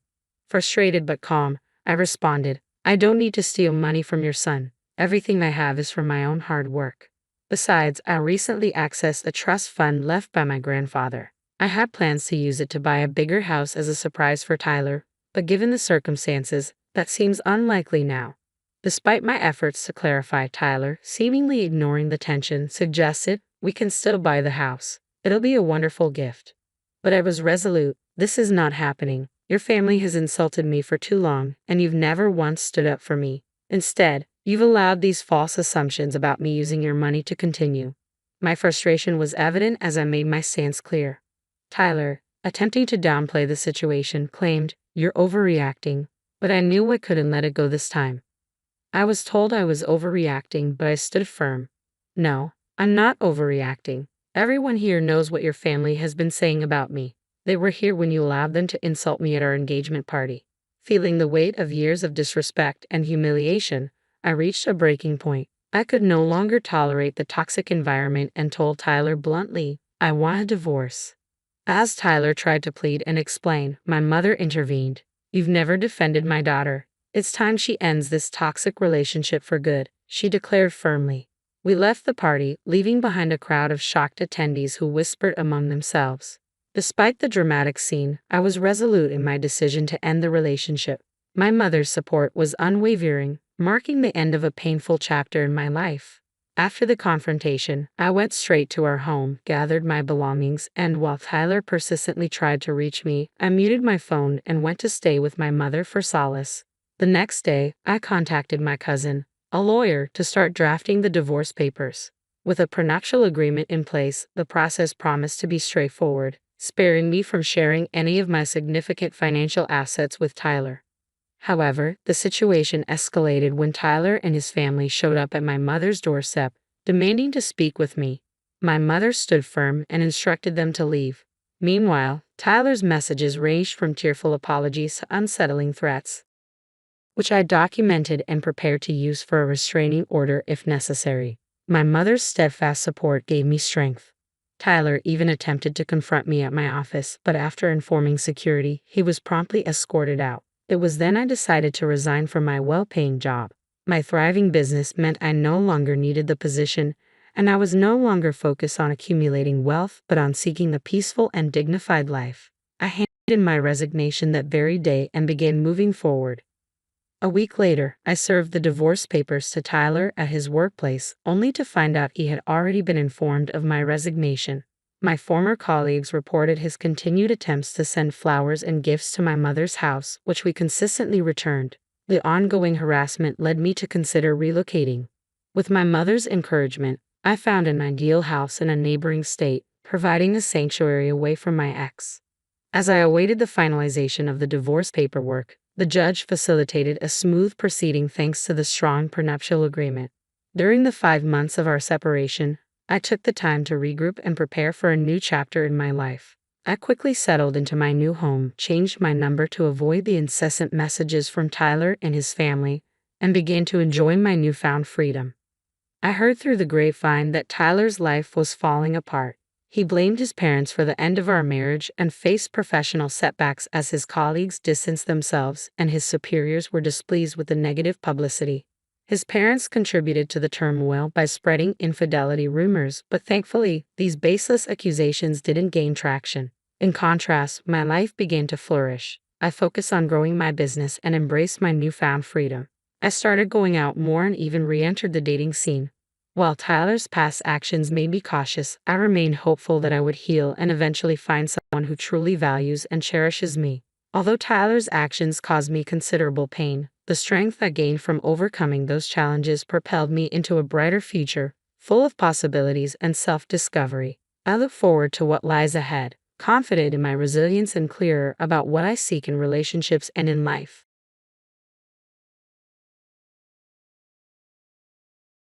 My name's Nora Thompson. Tonight, like most nights since arriving in Monte Carlo, I found myself sitting alone at a small cafe on the edge of Casino Square. It's a far cry from the luxurious life I was born into. After graduating from an elite college in the States, all I wanted was a simple break from the world I knew.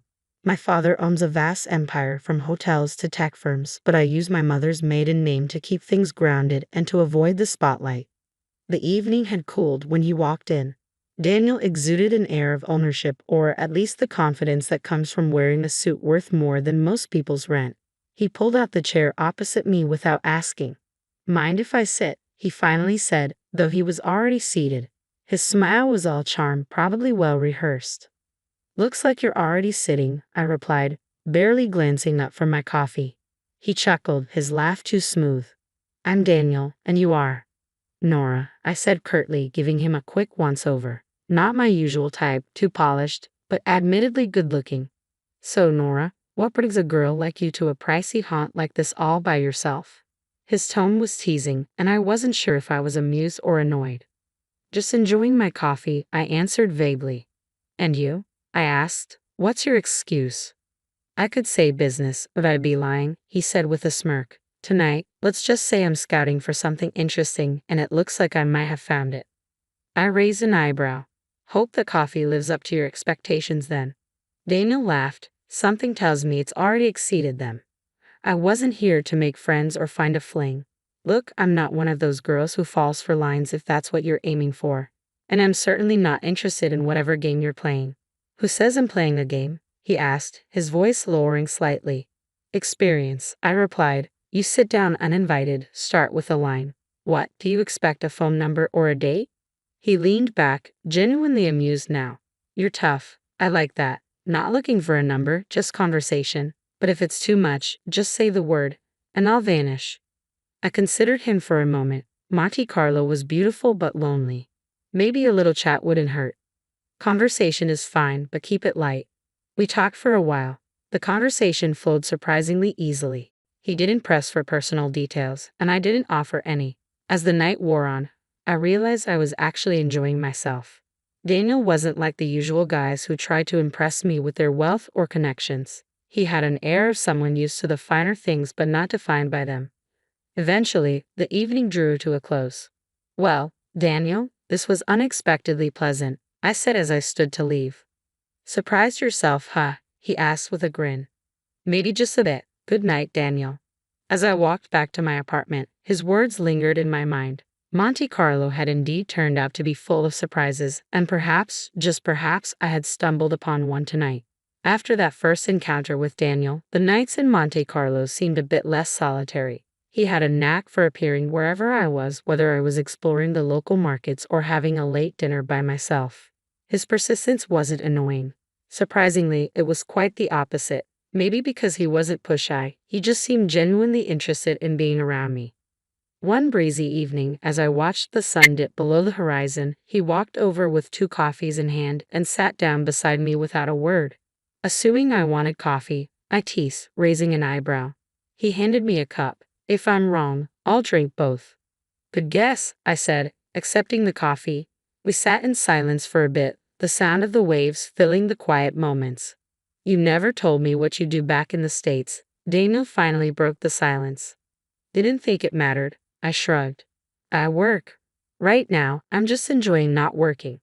"Fair enough," he chuckled. "Everyone's got a story, though, don't you think?"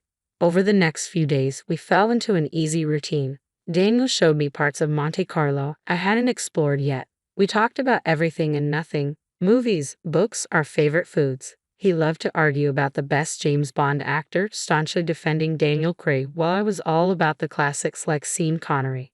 One day, as we strolled along the beach, he stopped suddenly and looked at me with a seriousness I hadn't seen before. "Nora, I know I'm just some guy you met at a cafe, but these past weeks have been, I don't know, different. Better because of you." I stopped too, unsure how to respond. Feelings were not what I planned on dealing with here. "Daniel, I like hanging out with you. I do. But this is just a break for me. I'm not looking for complications." He nodded slowly, taking a deep breath. I get it. No pressure. Just know that I'm here, okay? And I think you're pretty amazing. Days turned into weeks, and my time in Monte Carlo was drawing to a close. Daniel and I spent more and more time together. What started as casual walks and talks turned into late-night dinners and early morning breakfasts. It was the last thing I expected, to fall for someone under the Mediterranean stars. Then one evening, he dropped a bombshell. Come back with me, Nora.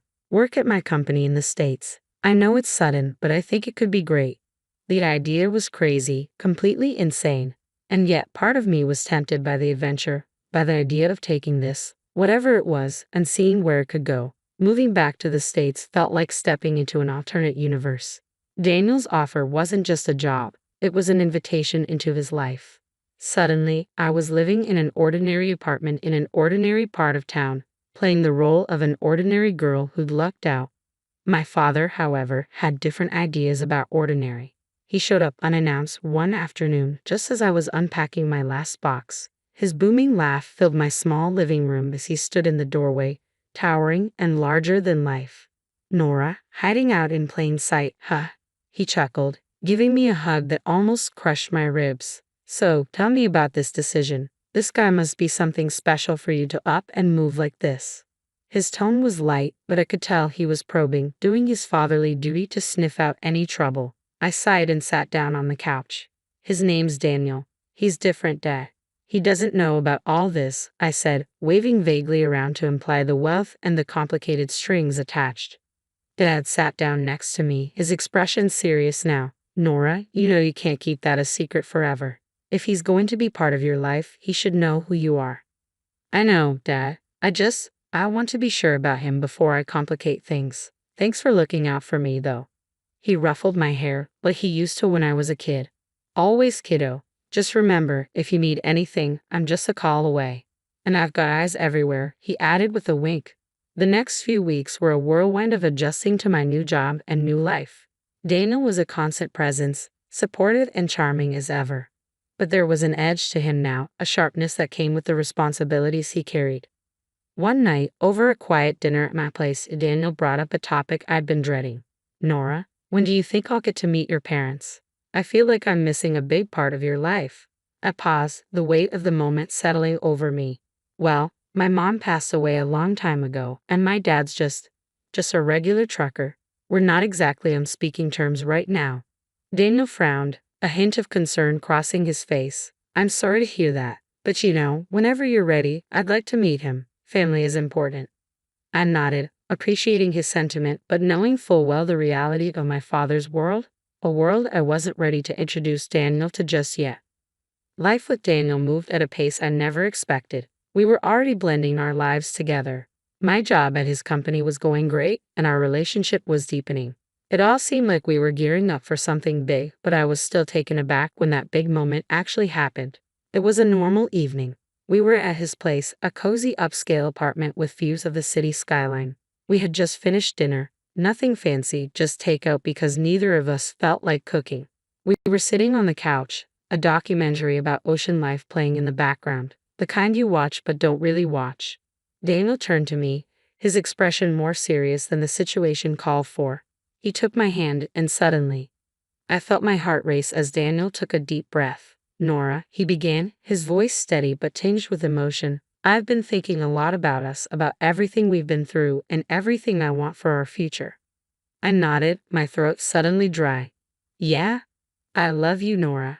I love everything about you, and I can't imagine my life without you. He paused, swallowing hard, his nervousness palpable. That made two of us. I want to be with you always. Will you marry me? Just like that. No kneeling, no ring box, just straightforward and genuine, just like Daniel.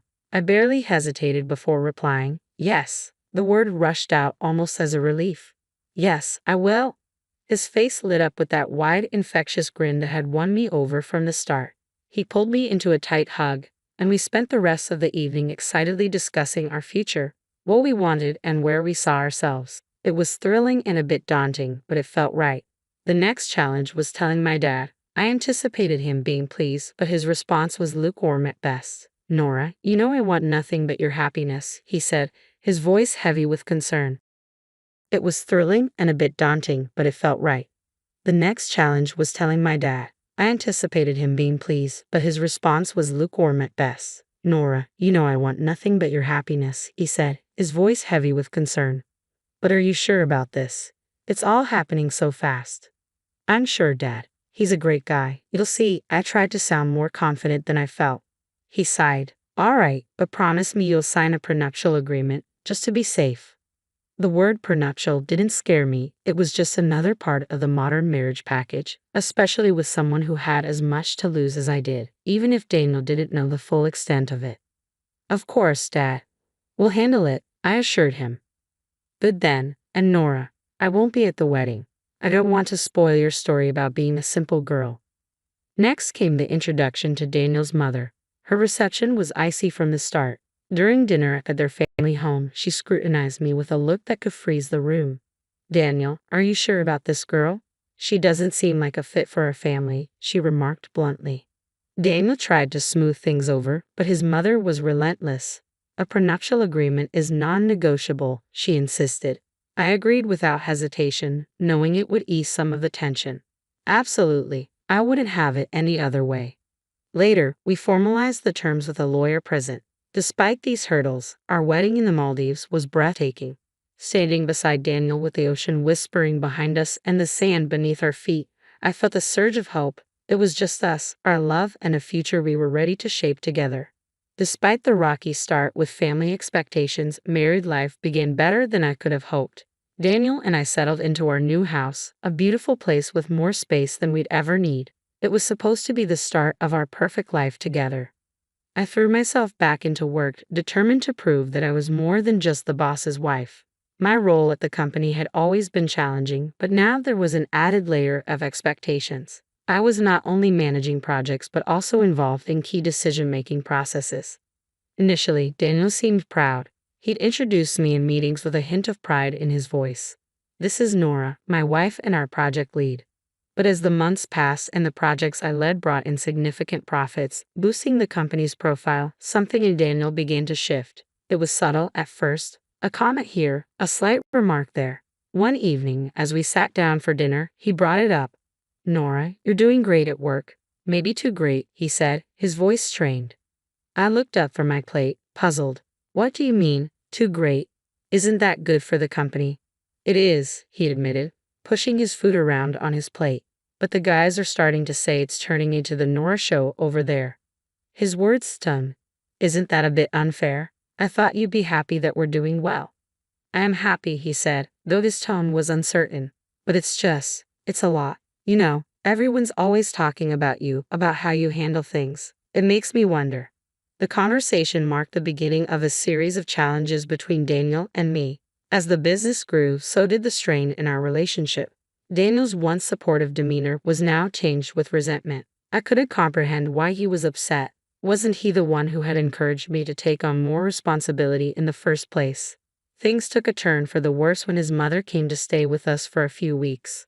Her presence brought with it an old-world attitude that I had always managed to avoid. She made offhand remarks about my work, questioning how a wife could be so absent from home. You're always at the office, Nora. When do you have time to take care of your husband? She would say. I tried to shrug off her comments, aiming to keep the peace, but her words only deepened the growing rift between Daniel and me. It seemed that no amount of professional success could mend what was slowly unraveling at home. The more I achieved at work, the more our marriage suffered. One evening, Daniel came home with a grim expression. Nora, I think it's best if you leave the company. We need to focus on our family, and your role there is causing too much tension. Leave the company? But why? I've been contributing so much, I said, my voice a mix of disbelief and anger. It's for the best. You can focus on the house, maybe start that garden you've always talked about, he replied dismissively, as if he were deciding on something trivial rather than my career. The next day, I discovered that he had let go of all our household staff. Housekeepers, cooks, gardeners. It was all on me now. You wanted to be more involved at home. Here's your chance, he said coldly. I wasn't afraid of housework, but the way this was thrust upon me felt wrong. This wasn't the loving, caring man I had married. This was someone else, someone intolerant and controlling. His mother, who was still staying with us, seemed to relish the situation. "It's good for a wife to focus on her home," she would say, smirking slightly whenever Daniel talked about my new role as a full-time housewife. As I adjusted to this unexpected turn in my life, I felt a deep sense of shame. A shame that I hadn't seen this coming. A shame to admit that maybe my father was right about Daniel. When Daniel suggested a trip to Monte Carlo to rekindle what was left of our spark, I was hesitant but hopeful. That hope quickly faded when his mother announced she would join us. "It's been ages since I've traveled," she declared loudly, as if it were a decree that couldn't be opposed. Daniel welcomed her with open arms, never considering my feelings. We rented a small house in Monte Carlo, charming but costly, and it quickly became my prison rather than a retreat. From the start, Daniel and his mother treated the city as their playground. They rented luxurious cars, visited exclusive boutiques, and dined at the finest restaurants, while I was left to manage the household. They demanded home-cooked meals, reducing me to little more than a servant in our holiday home, cooking and cleaning while they enjoyed the city. As days passed, Daniel's mother's comments grew sharper, her tone more venomous. "Really, Nora? Living at someone else's expense must be quite the life," she would sneer, her words a slap disguised in a smirk. Daniel never defended me. Instead, he laughed, his laughter a betrayal that echoed around the cold walls of our temporary home. I felt isolated, the city's sparkle muted by the shadow of their disdain. One evening, we passed a grand old-style hotel, its facade a reminder of a world of elegance and respect. Daniel's mother, her voice dripping with envy, remarked, "Lucky billionaire Harris. Imagine owning such a hotel, ruling over a palace like that." That night, at a restaurant overlooking the sea, the last vestige of my patience crumbled. As we sat down, she waved the waiter over with an imperious flick of her wrist. "For Nora, the cheapest dish will do. No need to spoil her with extravagances she doesn't deserve," she declared loudly enough for the nearby tables to hear. Daniel's response was a casual chuckle, his agreement signaled not just by his words but also by a dismissive wave of his hand. "Good call, Mom. Let's not go overboard." Humiliation washed over me like the waves crashing on the rocks below. I rose from my chair, the clatter of the sea echoing my turmoil. Facing them both, my voice steadied but louder than I intended. I said, "I will not tolerate this any longer." My hands trembled, but my resolve was firm. "I'm divorcing you, Daniel." The cold air of Monte Carlo felt warm compared to the chill of betrayal as I walked away from the restaurant. Instead of apologizing, Daniel and his mother followed me with insults. As I quickened my pace, my mother-in-law's voice rang out sharply, "Just look at her, a beggar, unworthy of my son." My heart raced, but before I could get far, Daniel caught up with me and yanked my purse from my shoulder, his fingers clenching it tightly. "This is my money, Nora. Go on, get out on all fours if you have to," he said with contempt, yanking the purse away and leaving me stunned on the sidewalk.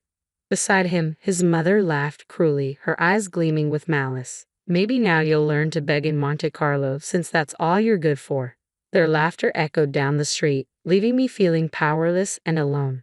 But as they hurled their final insults, fate intervened. We were near the grand old-style hotel Daniel's mother had earlier envied. Pointing to the hotel, she sneered, "Maybe they'll let you in as a beggar." At that moment, the hotel's gates opened and a guard appeared, his face lighting up with recognition. "Miss Harris," he called out warmly, walking over with a respectful salute. The shift in the atmosphere was palpable. Daniel and his mother's expressions changed from satisfaction to confusion. The guard smiled broadly. "Your father told us you might come by. Please this way. The best room is always reserved for you." Daniel's mother paled, her earlier bravado crumbling. "Harris? As in the billionaire Harris," she stammered, her voice faltering. Ignoring them both, I walked towards the guard, my posture straightening. "Thank you, Pierre," I said, my voice calm and collected. Inside, I felt a mix of relief and vindication. Behind me, Daniel's pleas began in a desperate tone. "Nora, please, I didn't mean it." His mother, not to be outdone, shouted past her son, "Perhaps we could come in for a drink at least." I didn't look back. Entering the hotel, the doors closing behind me felt symbolic, shutting out the chaos of my old life. Pierre escorted me to the reception where the staff greeted me with the respect due to the daughter of their employer. The flight back to the United States was long, giving me ample time to contemplate my next steps. By the time I landed, my resolve had solidified like the city sidewalks. unyielding and steadfast. The following day, I found myself in the office of a reputable lawyer, papers spread out like a battle map. During your tenure at the company, it appears your husband failed to pay you bonuses owed for the multi-million-dollar deals you close, the lawyer pointed out, his tone a mix of surprise and indignation. That sounds about right, I sighed, reflecting on the countless hours I devoted to the company and the success I had driven. We're suing for $3 million. The courtroom was cold and sterile, a stark contrast to the heated glares Daniel shot across the room as he fumbled through his defense. The man I once loved looked pitiful. When the verdict came, awarding me $3 million, Daniel's face crumpled. Outside the courthouse, he made one last plea. Nora, everyone's laughing at me. I messed up. Can we start over? His words might have tugged at my heartstrings once, but that time had passed. You only missed the money, Daniel. Maybe listen less to your mother next time, I said, my voice sharp against the crisp air. I turned and walked away, the sound of my heels on the pavement marking the end of that chapter. Returning home, I faced my father. The air between us was thick with unspoken words until I broke the silence. Dad, I should have listened to you. He wrapped me in a warm, forgiving hug. You had to learn on your own. Now you know, and knowing is half the battle. We talked late into the night about life, mistakes, and new beginnings. His advice was a beacon as I navigated my thoughts about the future. Inspired by our conversation, I began laying the groundwork for my next venture. My experience at Daniel's company had not only honed my skills but ignited a passion for the industry I couldn't deny. I decided to open my own investment firm. With my expertise and the substantial settlement, I had the resources to start something meaningful, something mine. Weeks turned into months as I built my business from the ground up. The challenges were daunting, but every setback taught me a lesson, and every success confirmed that I was on the right path. Sitting in my new office, overlooking the bustling streets below, I realized how far I had come, from a disillusioned wife in a loveless marriage to a competent business owner. The journey had been fraught with hurdles, but each one had made me stronger.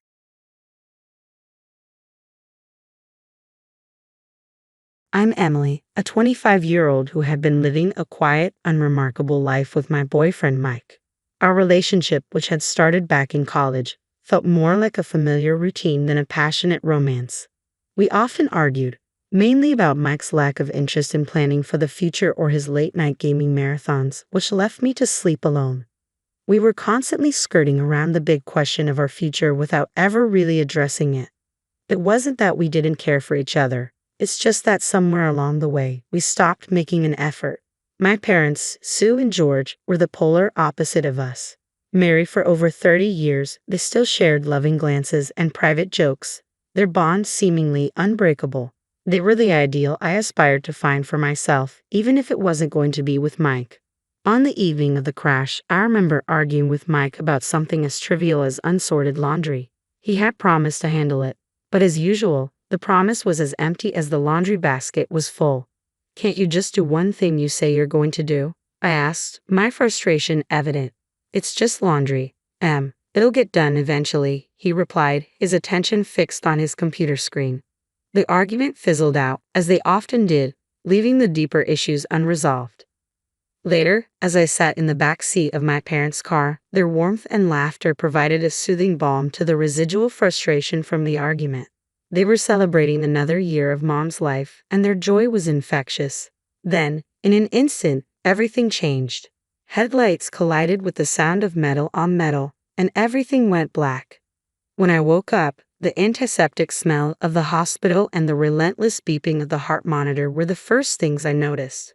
The doctor's words were clinical and detached, but the message was clear. My parents didn't survive, and my legs, once taken for granted, might never carry me again. The truth settled like a stone in my stomach. I was terrifyingly alone. Mike, who had just argued with me about laundry, was now my only connection to a life before the crash.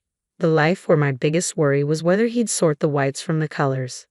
As the reality of my parents' absence and my potential paralysis began to sink in, a hollow despair took root. The future, once a landscape of possibilities, now felt like a barren field. The hospital room was a bubble where time moved too quickly and not at all. After what felt like an eternity of white walls and echoing silence, Mike walked in, his parents Janet and Bob a step behind him. The atmosphere was heavy with a somberness that made my heart sink even further. Mike pulled up a chair next to my bed and took my hand, his usual bravado absent. His parents stood by the door, a united front of awkward concern. "Hey, Mike began, his voice a rough whisper. "I've been doing a lot of thinking about us." He paused, looking at me with an emotion I couldn't quite place. Everything that's happened, has made me realize how short life can be. I don't want to wait for the perfect moment anymore because it might never come. I want to say something, but the words seem stuck in my throat. What I'm trying to say is, will you marry me, Emily? The question hung in the air, heavy and unexpected. It was the last thing I thought I'd hear, especially now. I searched his face for the impulsive Mike I knew, but all I saw was earnestness. Janet stepped forward, her hands clasped. "We want you to be a part of our family, Emily. We'll take care of you, and it's not out of pity," Bob added quickly. "It's because we love you and want to support Mike in taking this step." I was stunned, my mind racing. This was a lifeline, unexpected and maybe even a little reckless, but a lifeline nonetheless. I looked at Mike, really looked at him, and saw not just my sometimes immature boyfriend, but a man offering support in the most uncertain time of my life. "Mike, my voice trailed off as I tried to gather my thoughts. "It's okay, Em. You don't have to decide right now. I just wanted you to know how I feel," he said, his thumb rubbing circles on the back of my hand. I thought about my parents and the unwavering love and support they had always shown me. Wasn't this what they would have wanted, for me to be loved and cared for no matter what? "Yes," I found myself saying, the words stronger than I felt. "Yes, I'll marry you." A genuine smile spread across Mike's face, the first I'd seen in days. Janet let out a soft sob, covering her mouth, and even Bob's eyes glistened with unshed tears. Moving into my parents' house with Mike should have been a fresh start, a new chapter. The house felt too big for just one person, and everywhere I looked, I saw memories of my parents. I thought Mike would fill some of those empty spaces, but I was learning quickly that his presence was more of a reminder of what was missing than a replacement. In the beginning, he was attentive, always checking on me and making sure I had everything I needed within reach. But as days turned into weeks, the attentive husband act began to wear thin. Mike started spending more time on his computer, his headphones on, shutting me out. One evening, as I maneuvered my wheelchair to the kitchen, I found him staring blankly at his screen. "Mike, have you thought about looking for a new job?" I asked, trying to keep my tone light. "The insurance won't cover everything, and the bills are piling up." He didn't look away from the screen. "I told you, I'm taking care of you now. That's my job," Mike said, his tone resolute. "I can manage during the day." I pushed back, feeling a twinge of frustration. "You don't need to be here all the time." Finally, he turned to face me, his expression a mix of irritation and something else I couldn't quite decipher. "What do you want from me, Em? I'm here, aren't I?" I was taken aback by his tone. "Being physically here isn't the same as being present, Mike. I need a partner, not just a roommate." He stood up abruptly, his chair scraping against the tile. "You know what, Em? Maybe I need more than this too. Maybe I wasn't cut out to be a nurse." His words stung, and I watched him storm out, slamming the door behind him. I was left alone in the silence of the kitchen, the weight of his words settling around me like dust. I wasn't just alone, I was lonely. That night, as I lay in bed staring at the ceiling, I thought about how quickly our modest honeymoon period had ended. The vows we had taken felt like they were from another lifetime. The Mike who had promised to stand by my side through sickness and health seemed like a stranger now. As the weeks dragged on, his absences grew longer and his excuses more flimsy. He was either out with friends or lost in a digital world that seemed to have no room for me. I felt like an obstacle in his life, a burden he hadn't anticipated.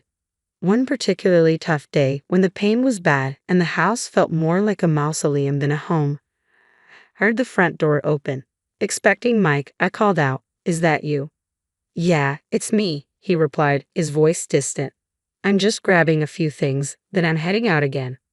I wheeled myself to the hallway and watched as he rifled through a drawer for his keys. "Going out with friends?" I asked, trying to mask the hurt in my voice.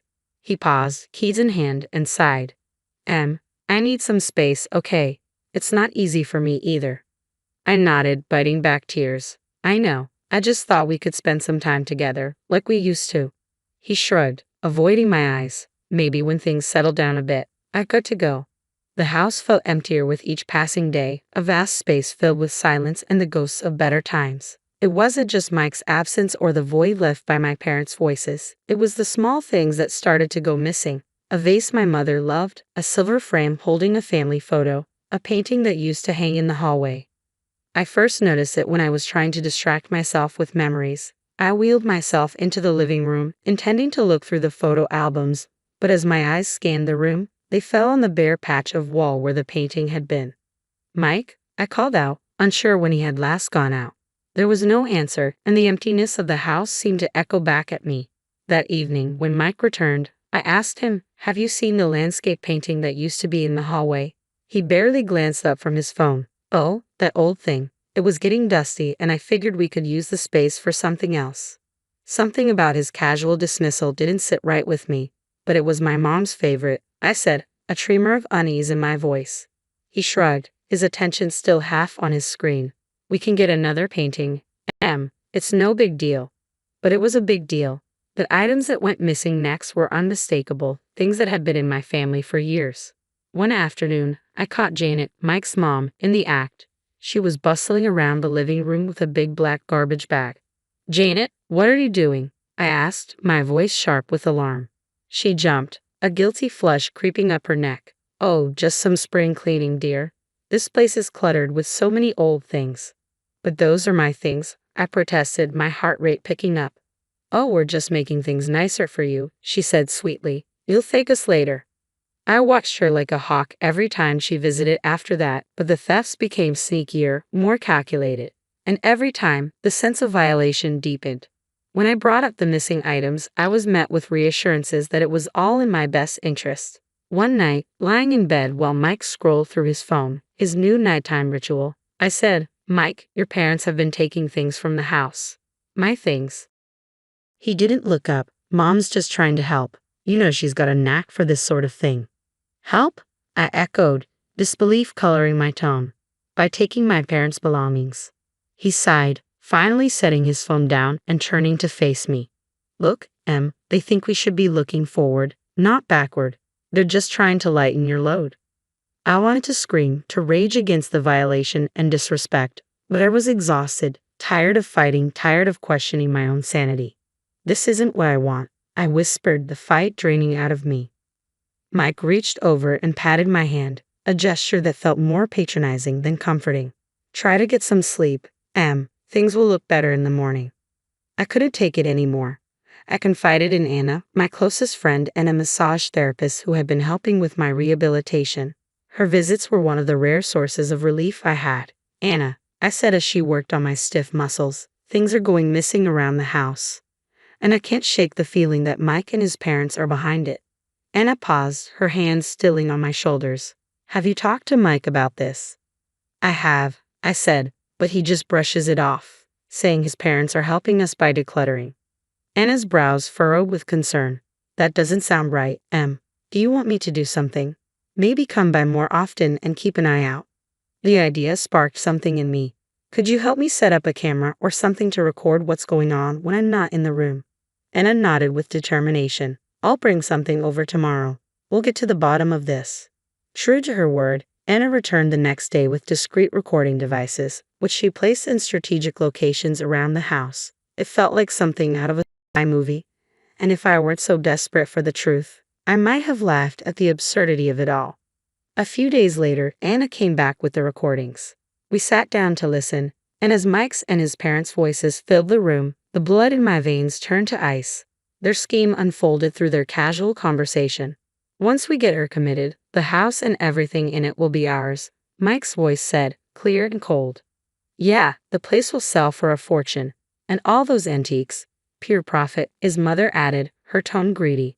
"We just need to make sure Emily doesn't catch on before we have everything in place," his father chimed in. Tears streamed down my face as I listened to their betrayal. The people who had promised to care for me, to be my family, were plotting against me. Anna's hand gripped mine tightly, her voice laced with anger. "We have to do something, Em." I wiped my eyes, the sorrow quickly giving way to a steely resolve. "We will. I'm not going to let them get away with this." The morning after listening to the recordings, I tried to act normal, but every word they said and every smile they gave felt like a lie. It was during breakfast when the full weight of their deceit settled in. I noticed something was wrong when the usual city noise that drifted through the open window was absent. I wheeled myself over to investigate, only to find that the ramps that allowed me access to the garden were gone. "Mike," I called out, panic lacing my voice. "Where are the ramps?" He came into the room, feigning ignorance. "The ramps? Oh, they were looking a bit worn. I thought they needed fixing." I stared at him, trying to process the betrayal. "And you didn't think to tell me? How am I supposed to get around?" His gaze was evasive as he shrugged. "I just thought you'd be safer inside for now, until we get new ones." The room felt like it was spinning, and it wasn't due to my injury. Safer or trapped? The words slipped out before I could stop them. He didn't respond, just turned and walked away, leaving me seething with anger and helplessness. Later, when I asked Janet about it, she was syrupy sweet with false concern. "We're just looking out for you, dear. We wouldn't want you to have an accident," she said, touching my shoulder with a faint, insincere tenderness. I pulled away from her touch, feeling the sting of their deceit. "I didn't realize meeting ramps qualified as a hazard," I replied, my voice steady but my insides trembling. Janet's eyes hardened for a moment before she regained her composure. "We're just trying to help, Emily. It's for the best." That night, as I lay in bed, the darkness felt oppressive. Mike was out again, probably drowning his guilt in cheap beer and fleeting thrills. I reached for my phone, its screen a small beacon in the dark, and dialed the emergency number Anna had given me. "Anna," I whispered when she picked up. "They've removed the ramps. I'm literally trapped in my own home." Her voice was a lifeline amid the turmoil. "Hang tight, Em. I'm going to make some calls. We'll sort this out." The next day, I was in the kitchen when I heard the doorbell. My heart pounded as I maneuvered toward the entrance. It was Anna, flanked by a man and a woman in crisp suits with stern expressions. They were from a local disability rights organization, here to assess my living situation. Beside them stood my lawyer, Mr. Hammond, clutching a leather briefcase. "Emily, we're here to make things right," Anna said, her determination matching the resolve in my chest. Mr. Hammond stepped forward. "We need to establish the facts first. Emily, I'll need to see the house and check against the inventory of your parents' belongings." As we moved through the house, the representatives from the service took notes, their disapproval clear at the missing ramps and the blatant disregard for my welfare. Mike walked in during the commotion, surprise etched on his face. What's going on? Who are these people?" I looked at him, really looked at him, letting the full weight of my gaze settle on him. "I'm taking back control, Mike. This is my lawyer, and these are advocates for people with disabilities. They're here to ensure my home is safe and that my rights are respected." Janet and Bob entered the fray, their confusion turning to fear as they realized the seriousness of the situation. "Emily, darling, what is this about?" Janet's voice trembled. "It's about my rights, my home, and the truth," I said, my voice steady despite the storm raging inside me. "Mr. Hammond is here to confirm the inventory of my inheritance." Mr. Hammond opened his briefcase, pulling out documents and photographs. "We have detailed records of all items bequeathed to Mrs. Harper. It seems several are missing." Bob's face paled. "Emily, I'm sure this is all just a misunderstanding." "There's no misunderstanding," I replied, the recordings Anna had provided playing in my head. "And I have more than just missing items to discuss." Mike's parents exchanged glances, their facade of caring in-laws crumbling before my eyes. Mike stood there, silent, the reality of the situation dawning on him. Anna moved closer to me. "We also have evidence of the conversations you've had regarding Emily's property and well-being." The advocates from the disability service spoke up. "Removing access to the ramps is a direct violation of Mrs. Harper's rights. We'll be taking action." As Mr. Hammond laid out the evidence of their theft and their plans for my future, I saw the trap I had been in from the outside, but now the tables had turned. I was no longer the victim in their game. I was the one calling the shots. Mike finally found his voice. I can explain." I shook my head. "Save it, Mike. I've heard enough."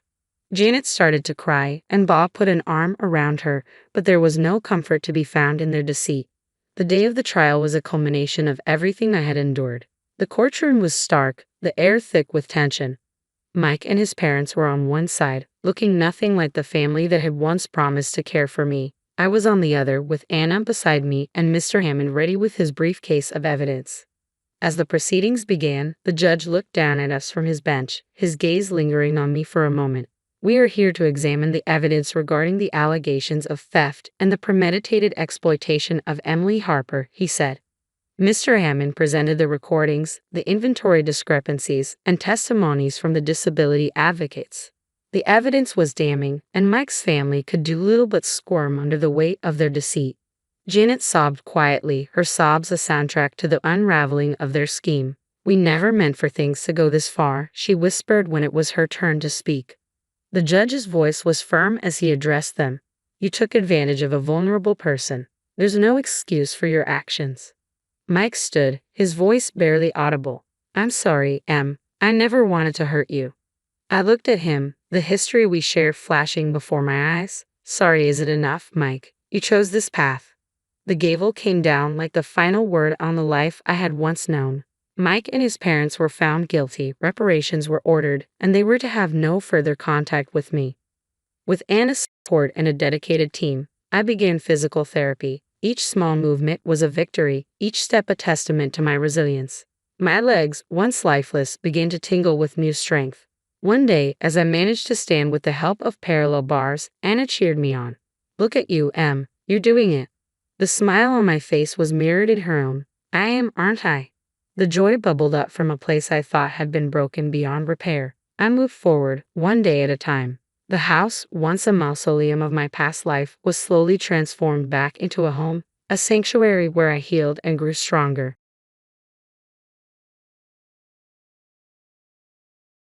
Is this some kind of joke?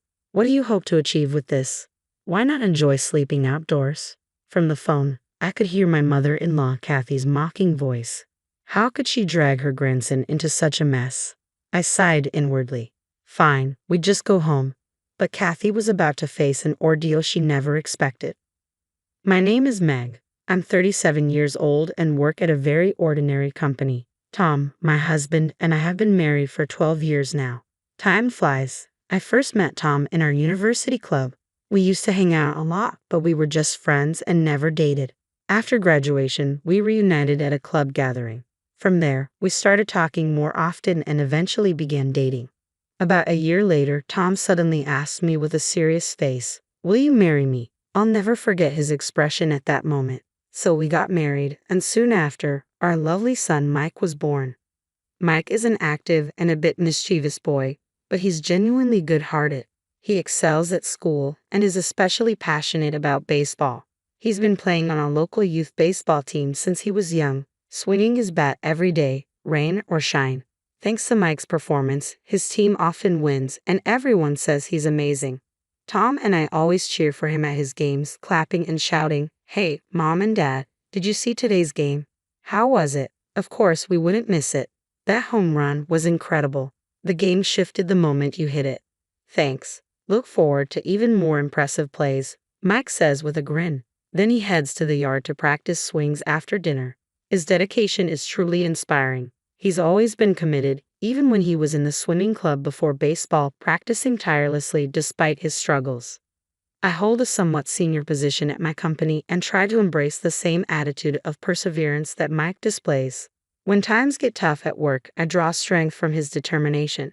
Despite these daily joys, there's been a lingering concern in our household, Kathy. She seems to have had a grudge against me ever since we got married. Her attitude towards me has been harsh. "Meg, why are you resting there? Usually, a daughter-in-law helps her mother-in-law when she's busy, right?" Kathy snapped one day. I was caught off guard because my father-in-law Jason had just offered me dessert at the dining table, and I was having a leisurely chat with Tom. Kathy seemed irritated regardless. When I went to the kitchen, she gave me a stern look and muttered complaints. "How can you act so thoughtlessly? Was this how you were raised? If your parents were like that, I'd understand." I was taken aback. Kathy knew nothing about my family, and her casual remarks were shocking.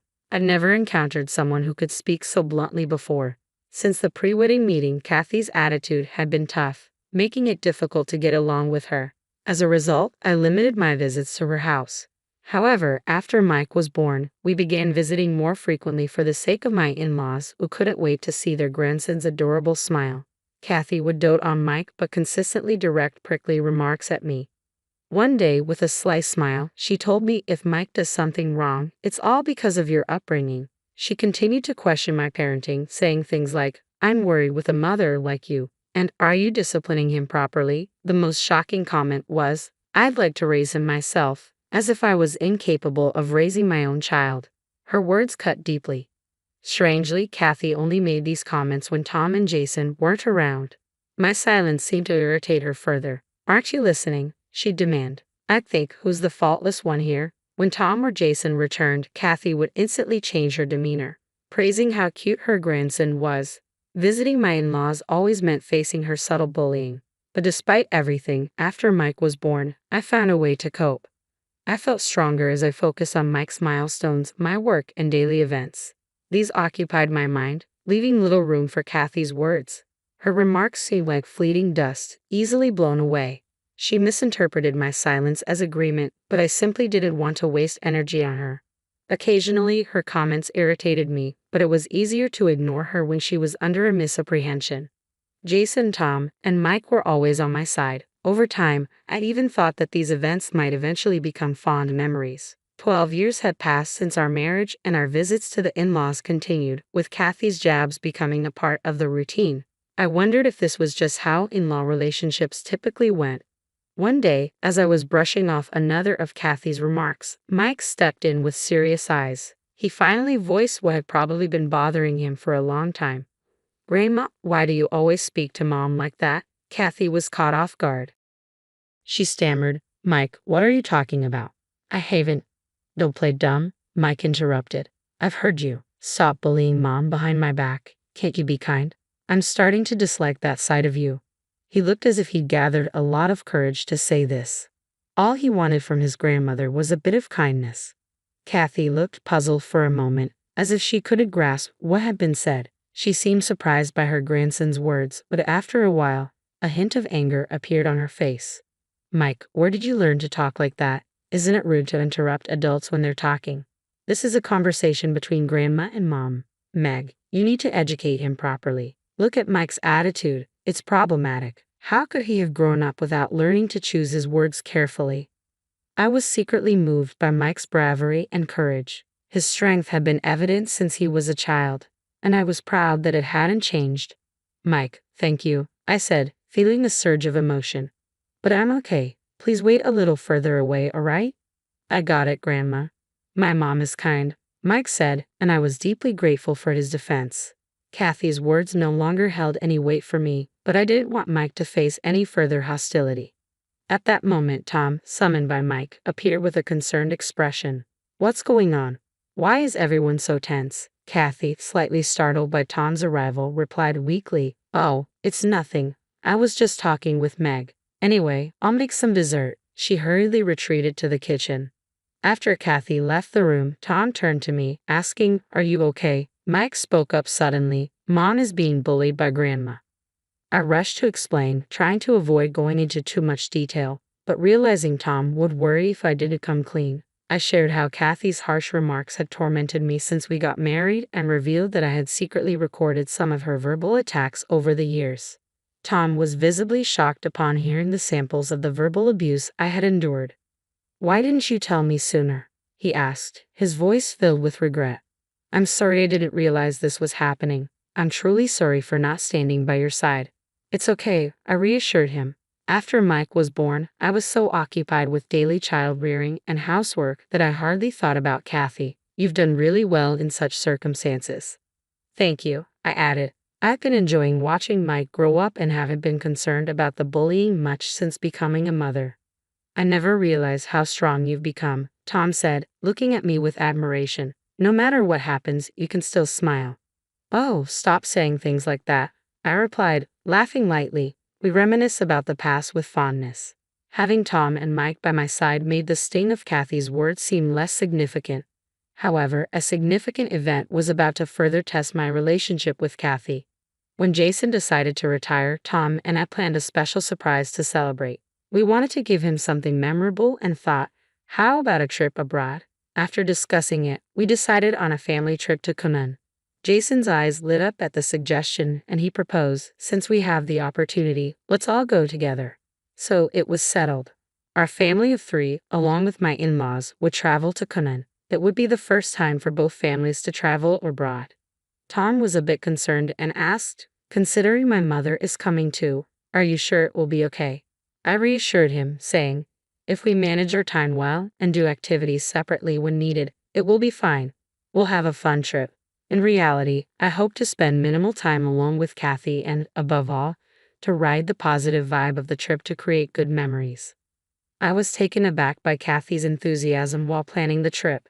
She was incredibly excited, pulling out brochures and constantly suggesting places to visit. I questioned whether it was appropriate for her to make so many decisions about a trip that was meant to celebrate Jason.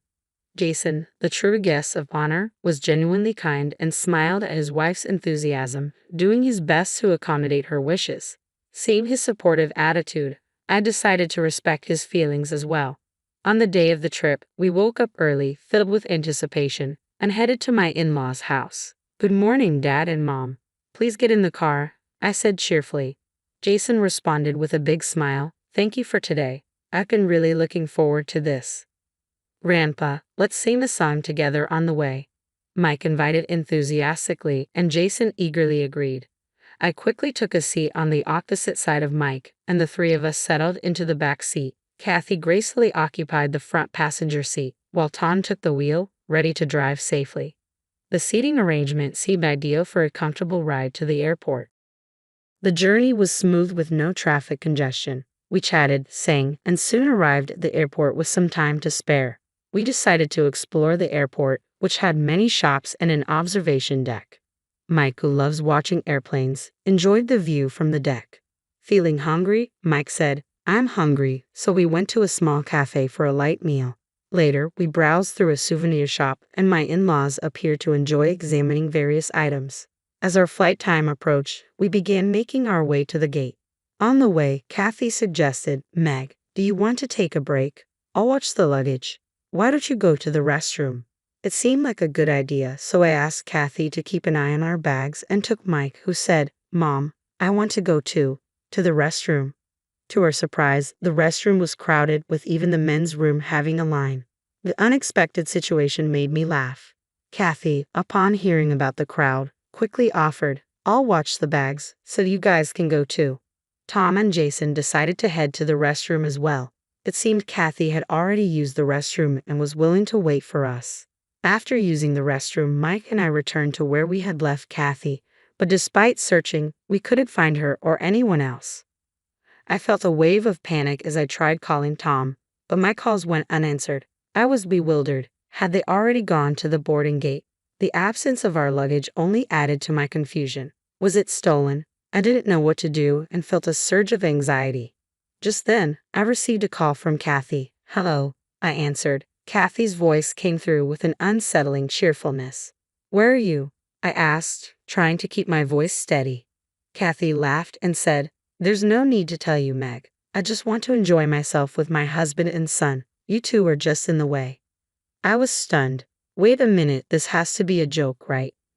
My voice shook with confusion and growing anger. "Your luggage?" Kathy said casually. "Oh, I think I threw it somewhere." Her tone was flippant. Panicking, I glanced around and spotted our luggage hidden under a chair nearby. Is this some kind of joke? What are you trying to achieve with this? My anxiety shifted to frustration. "Oh, calm down," Kathy said dismissively. "I've made sure your wallets and passports are safe. How about spending the night on the streets for fun?" She laughed heartily. "Where's my husband?" I demanded. "Tom would never allow this." "Mike couldn't wait to get on the plane, so he went to the boarding gate with you first," Kathy replied, as if it were a game. "That's why I had to make you rush and sit apart. I thought he'll notice right away." Her voice conveyed an unsettling sense of enjoyment. Fury and shock overwhelmed me. I couldn't believe Kathy would go so far, especially involving her grandson. "We're going home now," I said, my voice heavy with defeat. "Sounds good," Kathy said cheerfully. "I'll pick out some souvenirs for you, of course, on your credit card." With that, she hung up, clearly believing she had the upper hand. I never thought it would come to this, but I knew she'd get her comeuppance soon. After hanging up, my phone vibrated with a WhatsApp message from Tom. "Are you okay? I can't see our seats from here." I quickly explained the situation. Kathy had tricked us, and now we couldn't board the plane. Tom responded immediately, seriously. What happened? I provided more details, and he seemed genuinely flustered. I can't believe this, but okay, I'll come down right away, Tom said, his voice a mix of disbelief and determination. I quickly formulated a plan to handle the situation and tried to calm him down. Let her think she succeeded for now, but I need a favor, I explained. Tom agreed and decided to head to Canaan with Kathy for the time being. In the meantime, I went to the police to report my wallet as stolen and called the credit card company to temporarily suspend it. We needed to protect ourselves from any potential harm.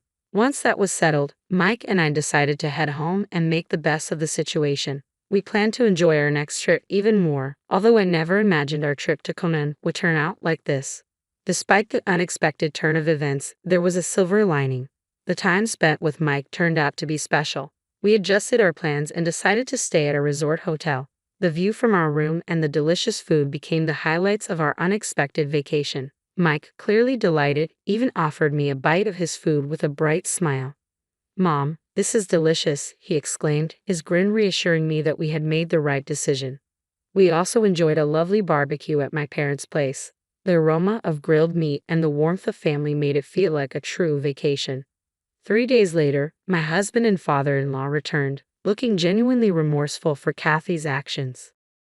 "I can't believe what my wife did. It's inexcusable," Jason confessed. "Meg, I'm so sorry. I should have been more careful."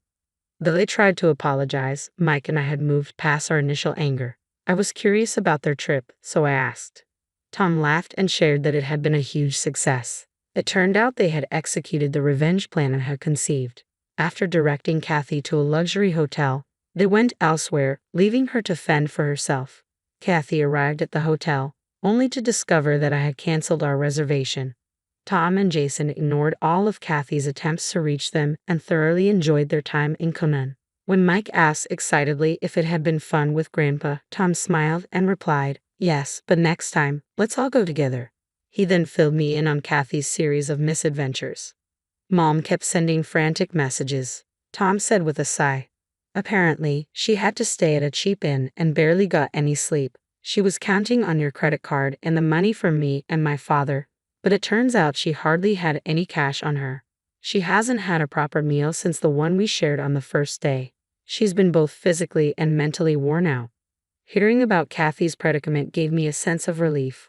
When Kathy finally arrived, she looked utterly drained and confused. "What have you done to me?" she exclaimed, her disheveled hair and bloodshot eyes clearly showing her distress.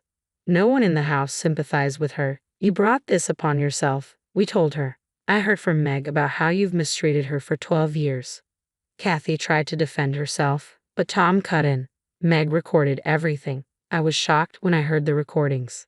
I had no idea you had said such things to Meg. You always acted kind to us on the surface, but behind our backs, you were doing this. And then the incident in Canaan, leaving Meg and Mike like that and even stealing the wallet. What were you thinking? This is clearly a crime," Kathy protested. "Wait a minute.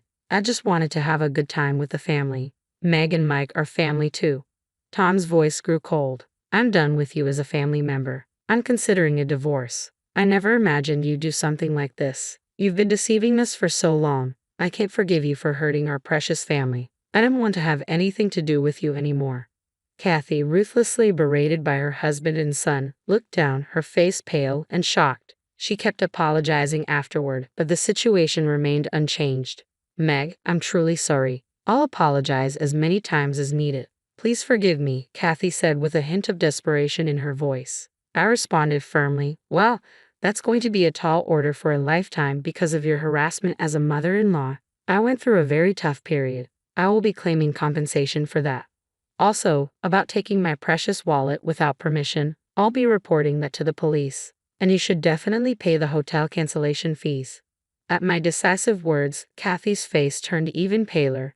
Due to this incident, she suddenly found herself burdened with massive debt. Having been a housewife for many years, the only jobs she could find were minimum wage. Her relationship with her husband fell apart, and she started a new life alone in a modest apartment, working to pay off her debts. On the other hand, our family regained our peaceful days. The following year, we all planned and managed to go on an overseas trip together. Mike, experiencing foreign culture and scenery for the first time, was thrilled and enjoying himself. Seeing him happy warmed my heart and made me realize how important it is to cherish and love my precious family deeply.